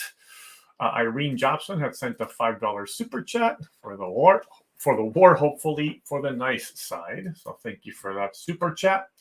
And Vixter had told us, might not get home to join, but if you can see Hitman and The Killer in a cinema instead of Netflix, do it. Both are great. Hitman is outstanding. So, wow, I can't wait. Yeah, that's good to know. All right, so let's go ahead and bring Tom Jr. That's right, because she's at the London Film Festival right now. That's right. I forgot she's at the London Film Festival. Sure. By the way, has anyone out there seen Exorcist Believer? Maybe Tom has. All I've read is terrible reviews about it, but just reading the reviews, and my favorite was Mark Kermode's review. I'm watching Mark Kermode's review, and I'm like, wow, this must be what it's like to watch me on YouTube railing about Star Trek. Yep. I mean, I'm like, Mark Kermode, I watched that review, and I'm like, bravo. That was the only, because, he loves The Exorcist, but he was absolutely right.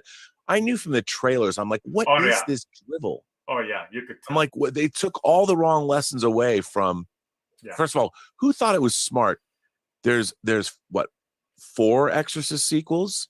And a sequel TV and a sequel, actually 2 prequel. Pardon me. There's 2 prequels and 2 sequels to The Exorcist, and a sequel TV series. And it's not like they've lit up the box office. And they spent $400 million for the rights on this. For the who did rights. they think? Who is this for? And then they make a movie like this where 2 girls go out into the woods to have a seance to bring back the mother of one of them. Already, you've showed me that you don't understand what The Exorcist is all about. No understanding of The Exorcist. Yeah. None, zero. And it's like, I'm out. I'm out. And I'm sorry, but what happened to David Gordon Green, man? I remember watching some of his movies that are actually in the Criterion collection, like George Washington and All the Pretty Horses. And I'm like, what? Who is this person now that just makes this drivel? I hated his Halloween. I don't understand how he went from being such a fantastic director of independent film to these goofy movies. It's just ridiculous. So, well, the funny thing about The Exorcist is a drama. that has horror elements, certainly some of the greatest horror elements, but it's a drama about, it's about people, and it's not about the possession. I mean, it is, but the possession is just this. We've seen so many interesting possession movies over the last 25 years, and like Kermode said in that video, in that review, the story was about the priest. It wasn't about the girl. The story in The Exorcist is about how he comes to a realization of, he had lost his faith and he regains his faith. It's that journey for them. It has nothing to do with the story of the girl. It was just the exorcism part of it was the mechanism by which we learned the story of the priest. So he mentions there's a Turkish possession movie that I'd never heard of. I'm like, that he said's really good. And I'm like, oh, I got to get that. Yeah. I got to go get me that Turkish movie. And then he talks about the blaxploitation version of Exorcist, Abby, which I saw Abby once a long time ago. And he says, that movie's better than Exorcist Believer. And I'm like, now I've got to go get Abby. I got to find Abby. I'm like, okay, that's right. Mark Kermode. Yeah. And then there's another foreign, I think it was I just got the Jess Franco, I'll show this tomorrow, but Lorna the Exorcist, Jess Franco's sex exploitation exorcism movie. All right. Yeah. I'm very excited about that. At least those movies know what they are, right? So yeah. All right, we got Tom coming up. Come on in, Tom. You should be able to unmute. And join the conversation. Hello, Tom. Hey, how's it going, guys? It's going well. How about you, sir? I'm good. I did something this week that would have made you proud. Whenever somebody starts like that, I'm like, uh-oh. So, the show that I watched, Ray Little's Morning Disaster, one of the co-hosts was looking for someone to date. So I was submitting pictures of different women, and one of the women's pictures that I submitted was a still from the movie Ilsa, She-Wolf of the SS. I'm proud of you. And the fact that one of the people went, so do you see any red flags?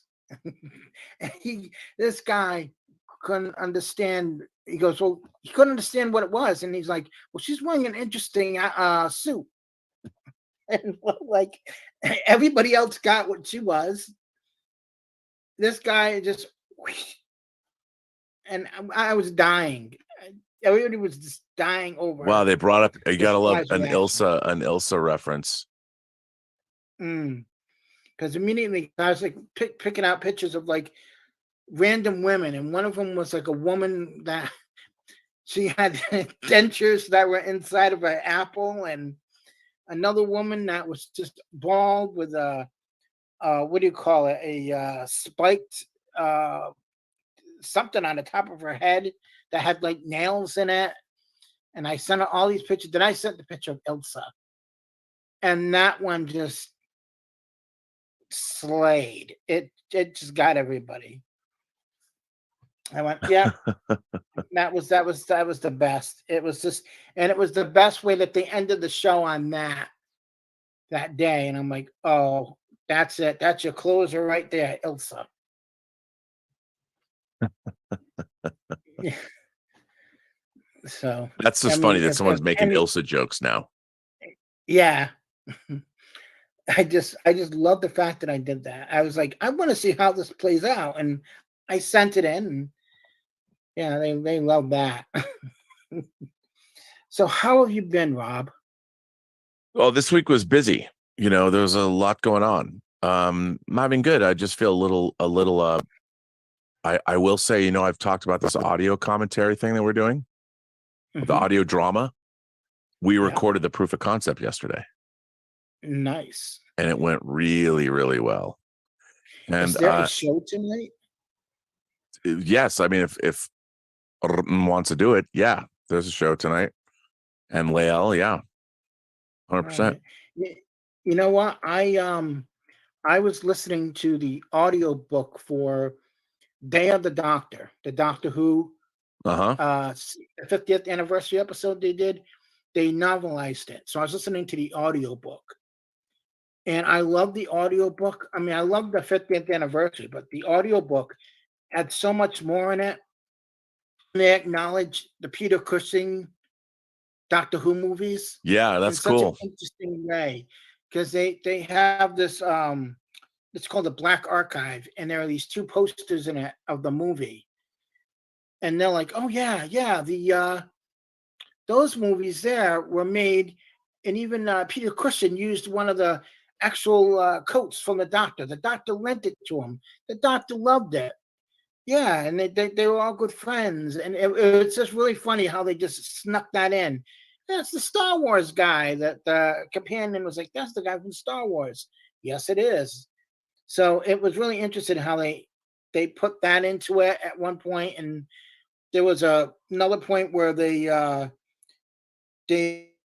humans and Zygons forget who they are, and while they're trying to rehash things down and come up with a peace process, the David Tennant Doctor and the Matt Smith Doctor are both watching the Peter Cushing movies and hooting and hollering over it, as they say in the book. I'm like, I wish they would have kept that in the thing, because it would have been really cool. I kind of like it when they novelize things like that, because then you see, you hear or read different parts of it that weren't in a certain movie or special, and it just fleshes out the story more.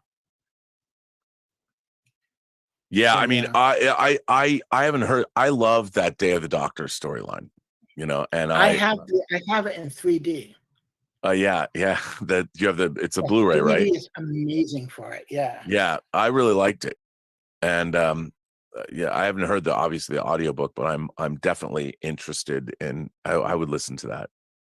Yeah, and they originally were going to have the parts that went back in time with the Brigadier from the old show. It was like it was going to lead up to it, where what's her name, the head of unit, who's the daughter of the Brigadier, they would flash back on her life a little bit, and they go up to the end of the Brigadier's days, you know, before he died. And you'd like, oh, maybe the Doctor will come tomorrow.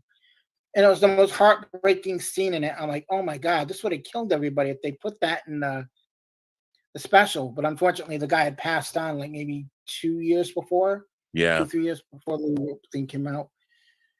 But yeah, I've been doing that. I've been reading. I just got the audiobook for the story about the movie Airplane that the Zucker brothers wrote. Oh my God, I hear that book is incredible.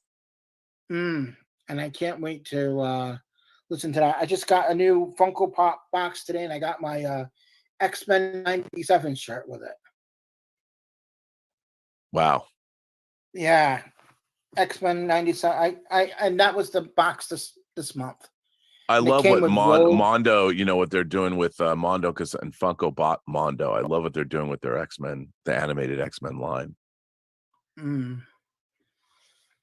But other than that, I am doing okay. I'm hanging in there. My mom's doing great. Everybody's doing great. How's your mom doing? She's doing good. You know, I mean, she's early stages Alzheimer's, and which is not so early anymore, and it's not so great. But she seems to be happy. Other than that, she's very healthy. I'm sorry to hear that, but I'm glad that she's, healthy. Yeah. Yeah. And how are the puppies? Oh, there's 11 dogs in this house. I mean, there's 11 dogs in this house right now. There is Gilbert, Tallulah, and Sebastian. Tallulah and Sebastian are the parents of the one litter we already had of 8 puppies. Now there's a litter of 7 puppies, but Isla, Elizabeth's oldest daughter Zoe, took one of the first puppies, and Isla is now here too. So there's so we have Isla, which is one of the first batches of puppies that we kept in the family by giving it to Zoe, and Zoe took it and acquired it. And so Isla's here with our 3 dogs and 7 puppies. It's mayhem. Will and there the be any puppies have all opened their. Again? Yeah, I'll do another live stream. It's just crazy. They're 3 weeks old now, so it's just nuts. It's nuts. You love it. You love it. Come on, admit it. I do love the puppies. It was pretty funny. Like yesterday evening when I got home from the recording session, that the puppies, now that have opened their eyes, they were fighting, like jumping on each other and, you know, making weird puppy battle noises. It was the most hysterical thing I've ever seen. My phone was out of battery, so I couldn't film it the way I would have liked, but I got some of it. So Nice. And why? I'm sorry, Tom. I ended up cutting you up there. We had to move on to the next speaker here. Was there another question you had, Tom? If you want to. Yeah, I just was asking if whining was coming back soon. That's all. yeah, I've just been so busy in here. I hope this coming week, because I'll have this place all ready to go, so people can actually come in here and I can record in here. And it's been this whole process, which is now near an end. But yeah, I wanted to come back. Everybody wants to come back and do 10 and 20 as well. So fun. So that's good. We're going to skip ahead to the end pod with Matt because Justin Toner had to step away. So we've got the end pod coming up. Welcome, sir. Am I on? Hello, You're on. Robert. How are you? How's it going? How are you? I'm all right, mate. A little bit anxious, to be honest with you. I've got a little bit of anxious energy the last few days. So I'm hoping speaking to you will soothe me, as I have previously informed you. Well, see, I have to tell you, Americans think that everybody who has a British accent is smarter than we are and knows more than we are. So you're okay. You're here with friends. So don't worry. Oh yeah, I'm clever as fuck, but I'm still anxious at the same time. No, you sound great. You sound great. You sound peppy and perky and ready to go. That's my nervous energy. That's what that is. It's good. So I was wondering, because I guess it's best to start with a question. On our podcast, not that I want to falsely plug it on your show. Why not? Plug away. That's what we're here for. Okay, well, if anybody's interested, on YouTube, it's the End Pod One Shots, and then if you want to search on Spotify or anywhere like that, it's Spank Media and The End. And basically, we just do comics and films and all that sort of stuff. But what we're currently researching is all the source material behind James Gunn's slate. So we did All-Star Superman, we did Supergirl, Woman of Tomorrow. We went through the 3 oversized absolutes for the Swamp Thing, and we're currently going through Batman. So that's a really what a great idea that is. Well done. Nicely done. Yeah, there's a playlist on Spotify, SoundCloud if people are interested. But yeah, we've had a bit of a mixed reaction to some of it so far. Like A Woman of Tomorrow is an absolute masterpiece by Tom King. I mean, that guy can just write absolutely anything. We took a bit of warming to Swamp Thing, but in the end, we got why it was like heralded, and held in such high regard. All-Star Superman, we just couldn't understand why it was good. We were texting each other going like, is this actually bad? See, I would think that he's looking more into a Superman for all seasons. Yeah. Because I just recently reread the absolute version of that just came out. Okay. And man, do I love that story. You know what it is? It's not so much the story because it's like vignettes. It's the feel of it. It's the mythical feel. And people are always saying to me, why do you believe in James Gunn like you read online? And I'm like, because James Gunn has his own sensibility, and he's been making James Gunn movies all the way back to Romeo and Juliet. I think that Superman is the first movie where because he even Guardians of the Galaxy, he was taking Marvel characters that appealed to him, James Gunn. I think what James Gunn wants to do with this Superman movie is make a mythical, one for the ages Superman movie that is going to stand alongside like the first 30 minutes of Richard Donner's movie. Like if you look at Richard Donner's Superman, when they're in Smallville, and it has that Americana feeling and the way it's shot and all of that. And, when Glenn Ford says, I know you are here for a reason, and the relationship that they have, that feeling, I think James Gunn's going to do that. And I think he will be able to evoke that. But unfortunately, I think a lot of people can't see beyond what he's already made. It's going to be like Peacemaker. And I'm like, I don't think so.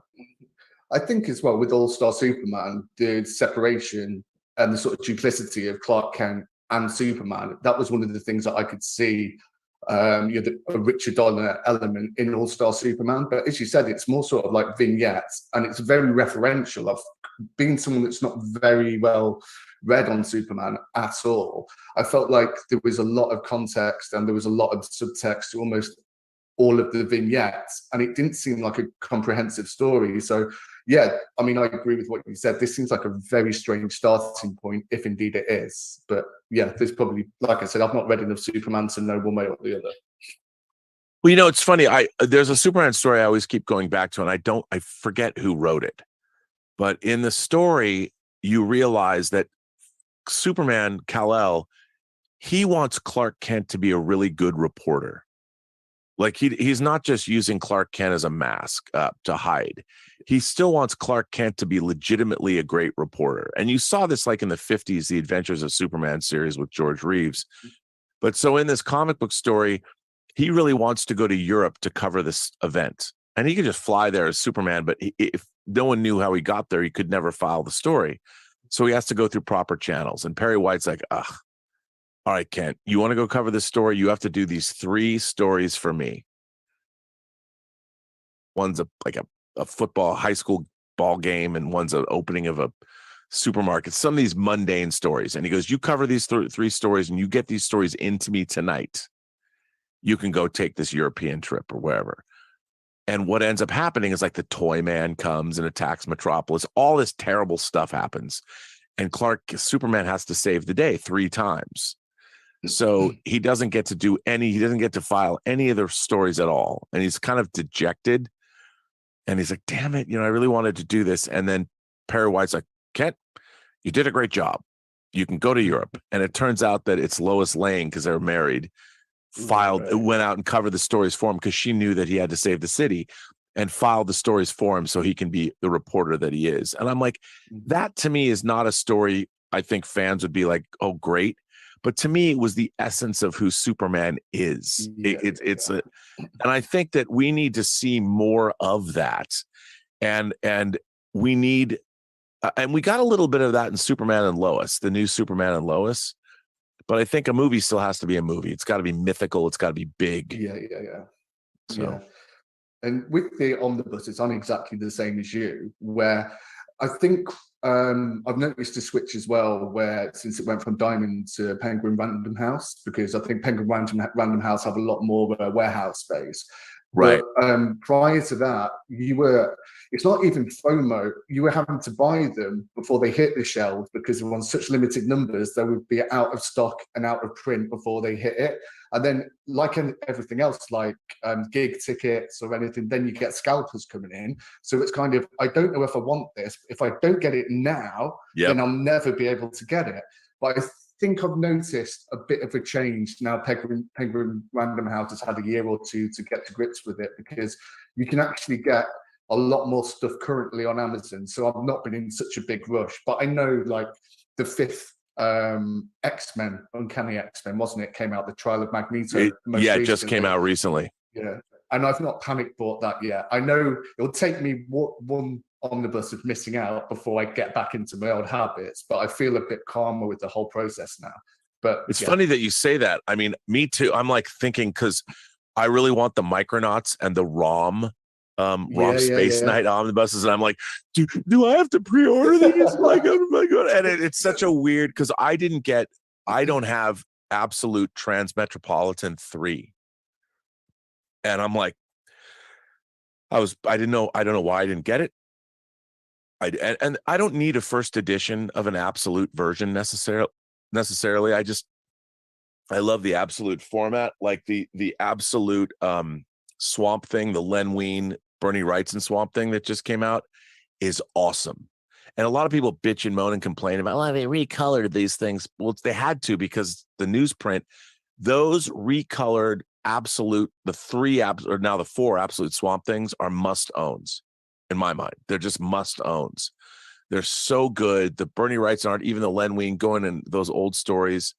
As long as I can keep getting that stuff, but like the Absolute versions, I worry. Like, I'm an idiot. I mean, I bought Absolute Doomsday Clock. I was not going to buy it, but it came out. I'm like, this looks nice. I bought it anyway, and I read it again and pissed me off, just like it pissed me off the first time. I'm like, Jeff Johns, as much as I like, his Green Lantern run, his All-Star, or Justice Society, I've got all 3 of those omnibuses. I love those omnibuses. I don't even know what I'm saying. But yes, omnibuses. That's all I buy anymore. And I watch Gem Mint. If you guys don't watch Gem Mint Collectibles, I went back and I love Gem Mint Collectibles. I love his YouTube channel, and you know, I like him talking about omnibuses and stuff. And I covet his entire collection of omnibuses. He's got thousands and thousands of dollars worth of omnibuses. He's got everything, and not just Marvel. He's got all the absolute editions. He's got all these other, you know. But I want to check out your channel. So everybody go to the End Pod. The End Pod. The End Pod, and go check out their examination of the James Gunn, the proposed James Gunn DC universe that they're rebooting. I would very much, I want to dip into that because I think it's probably very much worth your time. So go check that out wherever you find podcasts, and I guess on YouTube as well. So go check out the End Pod. I was going to tell Matt, if you want to share the link with me in the Zoom chat, I can put it out in the community chat here as well, so that we can share it with everyone. Yeah, and if you're a member of this channel, support your stuff here. That's kind of what part of the being a member is. So support what you want. We have other people doing comic books on this channel. That's right. So. All right, Justin Toner, who was able to step away and now came back. Here you are. Welcome, Justin. You should be able to unmute. All right, there we go. Hi. Hello. How are you? I'm doing okay. I gotta start working a overnight shift for a few months, another week. Not exactly the best, but it's not going to thankfully interfere too much with my personal stuff. But it's just very dull. Yeah. Other than that, I'm good though. Roughly self-wise. Well, that's good. Yeah, that's good. I was.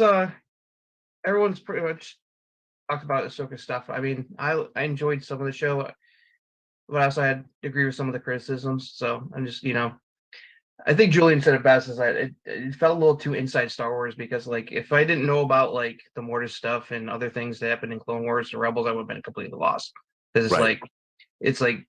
I think that was one of the problems. Like, it's not for a casual Star Wars fan. Like, I could not recommend this show to like some friends of mine who love Star Wars, because they haven't. I was like, they have not watched Clone Wars or Rebels. They'd be like completely lost. I have to explain stuff to them. So it's like, but anyway,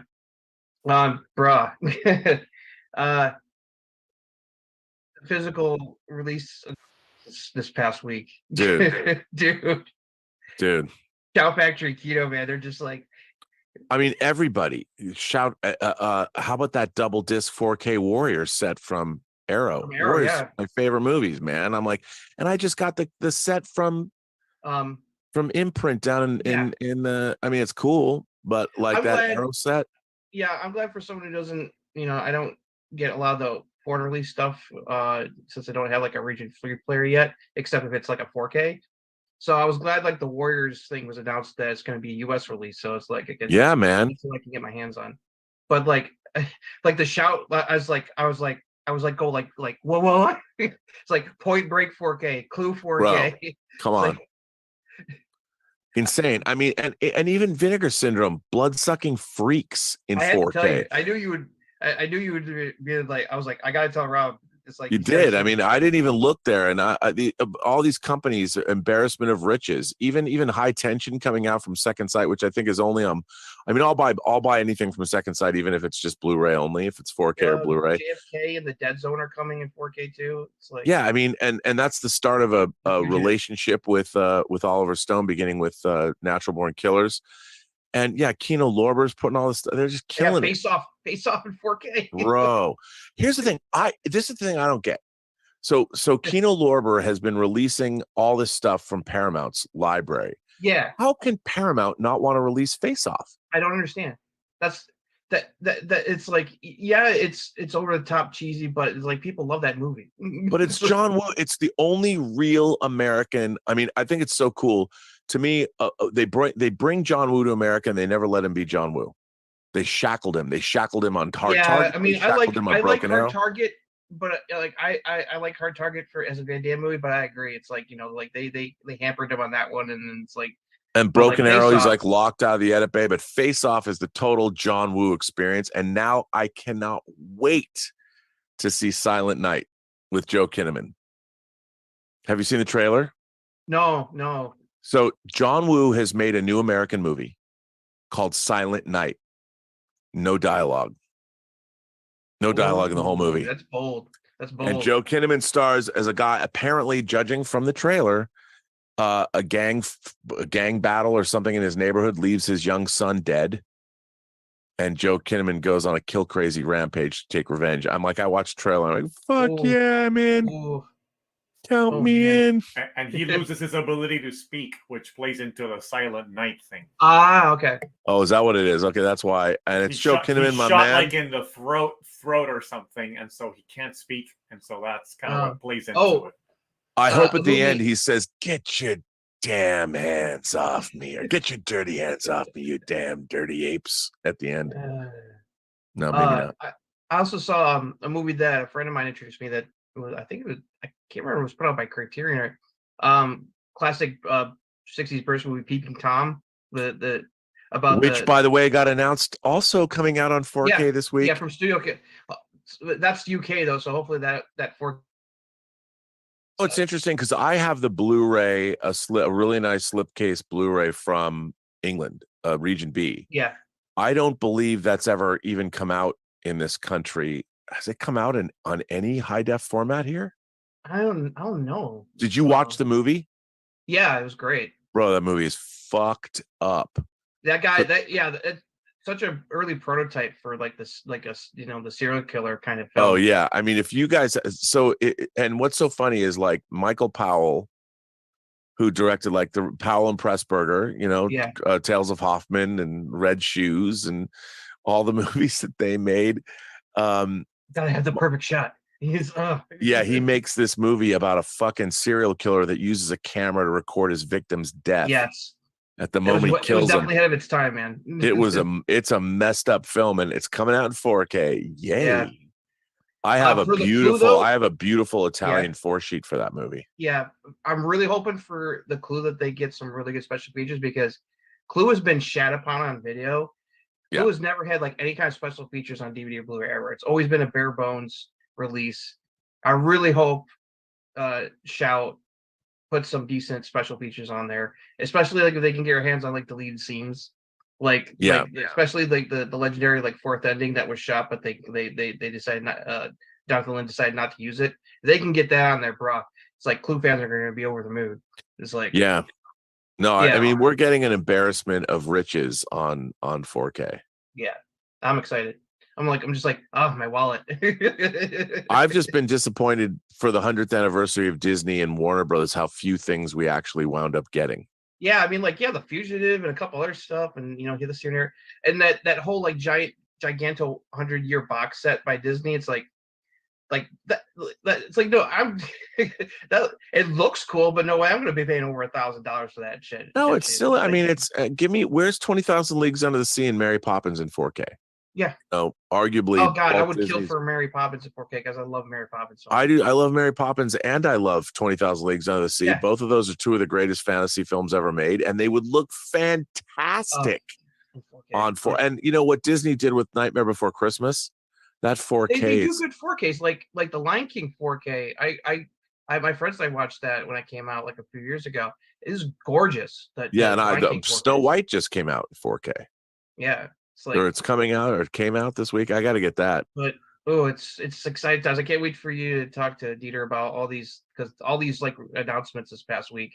It's just like, oh yeah, I'm like, yeah, baby. It's like, it gets me all excited. And then plus there's sales going on for October, of course. Arrow and Shout have Halloween sales going on, so it's like, no, it's fantastic. Embarrassment of riches. I love it. It's fantastic. Oh, and one last thing before I go.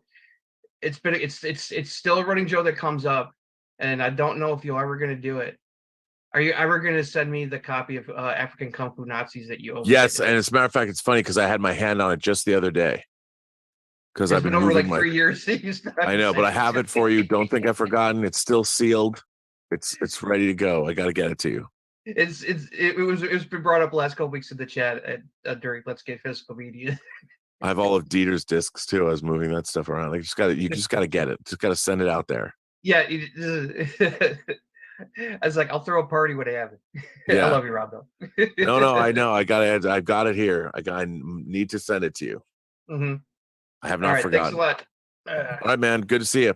Yep, good to see you. Yeah, good to see you, Justin. Thanks for joining us. And last but not least, we've got Modesty Maltese coming up. Modesty, welcome. How are you? And how are you? I'm suffering from a flu that I think the whole of London is sick.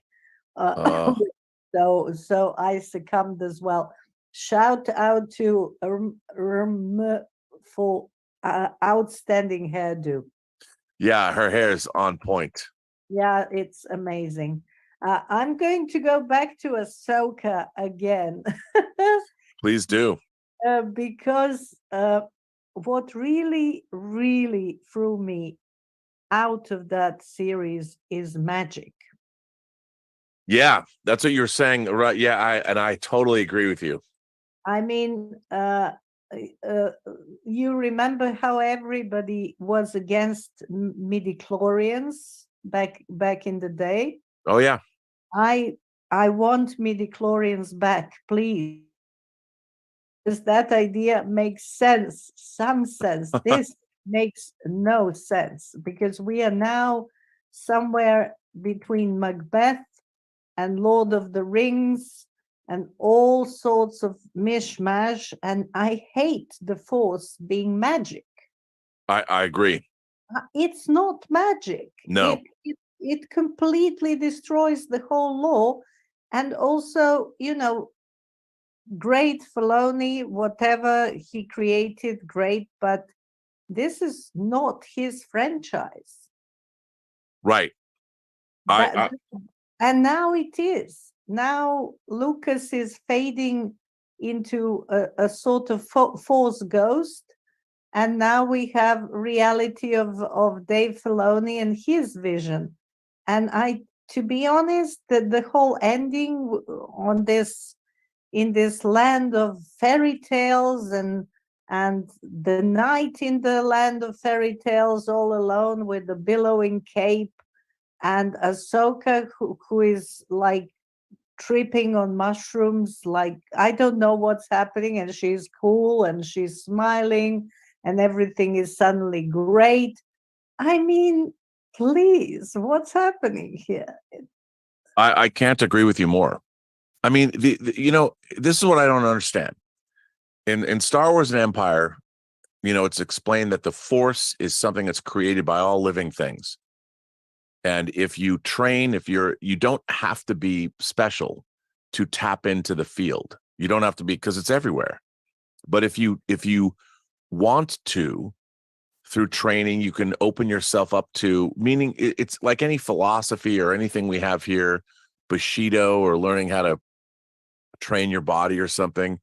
And then that's all morphed, it's morphed along. And now, like you said, it's magic. When in a way, the Force could probably be considered a scientific measurable energy field that it surrounds us and binds us. I mean, it's that way. And I know it's funny because when Lucas said midichlorians, I always thought that midichlorians were a byproduct of being strong with the Force, as opposed to the other way around, that people needed midichlorians to become Force sensitive or something, which I thought was kind of odd. It seemed to me like if you had a certain energy coursing through your body, midichlorians would gravitate to that as food or sustenance or something. But I actually was in the minority back then because I didn't object to midichlorians. I actually thought it was a good idea because it reinforced that scientifically some people are stronger in the Force than the others. And the fact that Lucas didn't elaborate too much on that, no, actually good, because we could think of it, you thought of it in your way and somebody else thought of it in their own way, but the underlying thing was it was scientific. And now we don't have science anymore. We have 3 witches, 4 witches, corpses, zombies, all sorts of things are happening. so the whole franchise doesn't know what it is anymore, and somehow Palpatine will be back. Why not? Because in that mishmash, anything can happen, and therefore, why not? But even in the world of magic, like Harry Potter, you have rules. And here we don't have any rules. We don't know what's going on. We have, as you said, whales that are moving in the speed. What kind of speed? Right. What's the speed? What's happening here? I don't know, because nobody is explaining anything. So I don't know. And then this weird moment when Sabine reaches for the lightsaber and then she suddenly gets the lightsaber. Okay, she felt the need to use the Force, but do we really feel it as the audience that this is life and death situation? I mean, oh my God, too much nonsense. Well, and it's also playing on things we've seen before. You know, The Empire Strikes Back, when the Wampa's coming and Luke trussed up uses the Force to grab the lightsaber, and we hadn't seen that yet. And what it did was it was an indication telling the audience that Luke is certainly since we last saw him in Star Wars. You know, and I know they had to put the Wampa scene in there because they had to explain Mark Hamill's accident where he had plastic surgery on his face and stuff, which is fine, but it served a very important narrative purpose. And it told us all like, oh, he's much closer to being a Jedi Knight than he was at the end of Star Wars, listening to Ben Kenobi and taking that great shot he took to destroy the Death Star. Now he's in real possession of Force powers. And now when you see Sabine, how did Sabine Wren earn these powers? I mean, she's been taught by, you know, everybody. Yeah, I don't know. I mean, Ahsoka, Ezra, are they fit to teach people to, you know, I don't, it just seems to me like here's the question. What is Ahsoka about? Like if I was in an English class and I had to write a paper on what Ahsoka was supposed to be about, I don't think I could write the paper. No, exactly. And also the script nonsense, such as Ahsoka asks Anakin in that episode when they're going through events of her past something, and he said, oh, you are going to do the same with your Padawan. And she said, well, I'm not going to have a Padawan, or something like that. But actually she does. Why? It's unexplained. Why does she, I mean, if that was her position, why does she have a Padawan?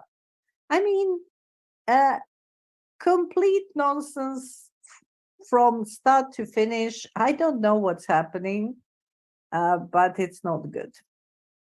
Well, and the funny thing is, I've said this before, like if you look at Star Wars, the Jedi are all that stuff on the Force are in the background. It's a classical tale of it's a men on a mission tale where this group of guys is going to rescue a princess. It's Guns of Navarone. It's any number of Where Eagles Dare, whatever it is. And they go to rescue, and all this stuff about the Force and the Jedi Knights and learning all this stuff, that's in the periphery of it all. But still, there's a very classical tale, and a lot of it descends from Kurosawa about going to rescue this princess.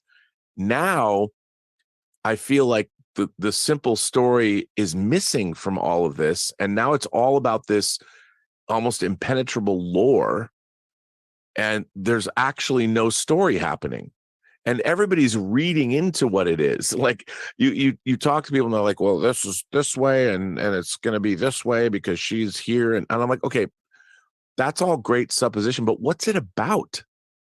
Like, you still need this. Ahsoka can be have a Padawan, not have a Padawan, but what is it that's happening with her? Where's the story? What is she going through? What's going on?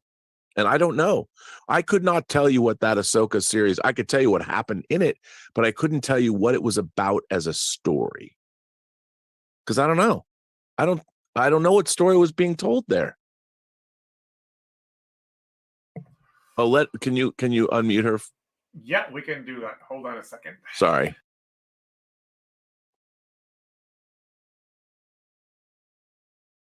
You can unmute now, Modesty. Yeah, I've seen it. Yeah, I totally agree. I don't know what the story is about, and it could have been about a Ronin, because they throw Ronin as a word in the last episode. Like, and if you are following samurais and Kurosawa and all of that, then go with Ronin. Let that be Ahsoka. Masterless, masterless apprentice, and let's see how an apprentice without a master fares. And fine, I'm very happy with that. But we have Ronin, we have Lord of the Rings, we have every single law. I'm just waiting for George R.R. Martin to stroll through the screen, and then the whole mishmash is complete. I don't know. I mean, anyway, I don't want to be negative about it. I'm very sorry that I can't report anything this year from London Film Festival. Wix is going to do that because I was too lazy to accredit myself, and I'm too cheap to actually go through the process of buying tickets, waiting, and all sorts of stuff. And actually, just for the sake of everybody here, London Film Festival is great because it shows films from literally all around the world. It's very global, and it shows films you wouldn't be able to see anywhere. But the sheer amount of films is staggering. Yep. And it's impossible to see everything. It's really impossible. And that's why it's worth accrediting to London Film Festival, because press screenings start 2 months before the actual festival starts. And that is manageable. But I didn't do it this year. And, I don't want to see Scorsese at the London Film Festival. I don't care, because it will be released. I tend to watch stuff that can't be seen otherwise. Right. So I'm very sorry that I can't report anything, but hopefully next year I will do so. Well, it's always. I'm absent-minded. Well, it's good to see you. Always a pleasure to hear from you. Shout out to everyone. Rama is amazing. Is this a wig or is it your hair? What's happening? Wait, what? I don't know. I haven't heard from. We're gonna have to find out tonight on the show. You have to. Yeah, I'm bringing her in right now. Welcome, RM. Hi. Can you guys see me? Oh yes, we can see and hear you. So what's up with the lovely hair? It's a wig. It's my Sabine Wren cosplay. Oh, got it. It's okay. Well, it's working for me. Thank you. I just wanted to have some fun with it and just enjoy. I still, even though Ahsoka was a little different from what I thought it would be, I'd still like some of the characters. So I decided to dress up as Sabine Wren. Excellent. Mm-hmm. And nice. Coming up next week as well. That's going to be exciting. So I guess we'll see you tonight. Yes, absolutely. We'll talk all about this. Yes. And I want to thank everybody for being members of the channel and supporting the channel in that way. We're going to have the new episode of the Otaku Experience, which is going to be going up. And I hope everybody in Israel, I hope this situation has ended quickly and with the least amount of bloodshed, although that looks increasingly less likely to happen. But what a waste. Yeah. Thanks, everybody. And then, so, Rob, you said there's going to be a Midnight Musings tonight, and there's going to be Midnight Musings tonight. And Otaku Experience. I'm going to put that up now. And then tomorrow will be Let's Get Physical Media, correct? Yep. And Robservations. And also, I'm going to have author Max Allen Collins, who wrote Road to Perdition, on and this week to celebrate the release of the 18th novel in the Nathan Heller series, Too Many Bullets. And we'll talk about our new series that we're doing. Fantastic. So that will happen. All right. And we'll Well, yeah, we'll announce who's playing Nathan Heller. So on that note, everyone, all I can say is, every person you meet has a story to tell that you have yet to hear, and all you have to do is listen. All right. Thanks, everyone. We'll see you next time. Bye-bye.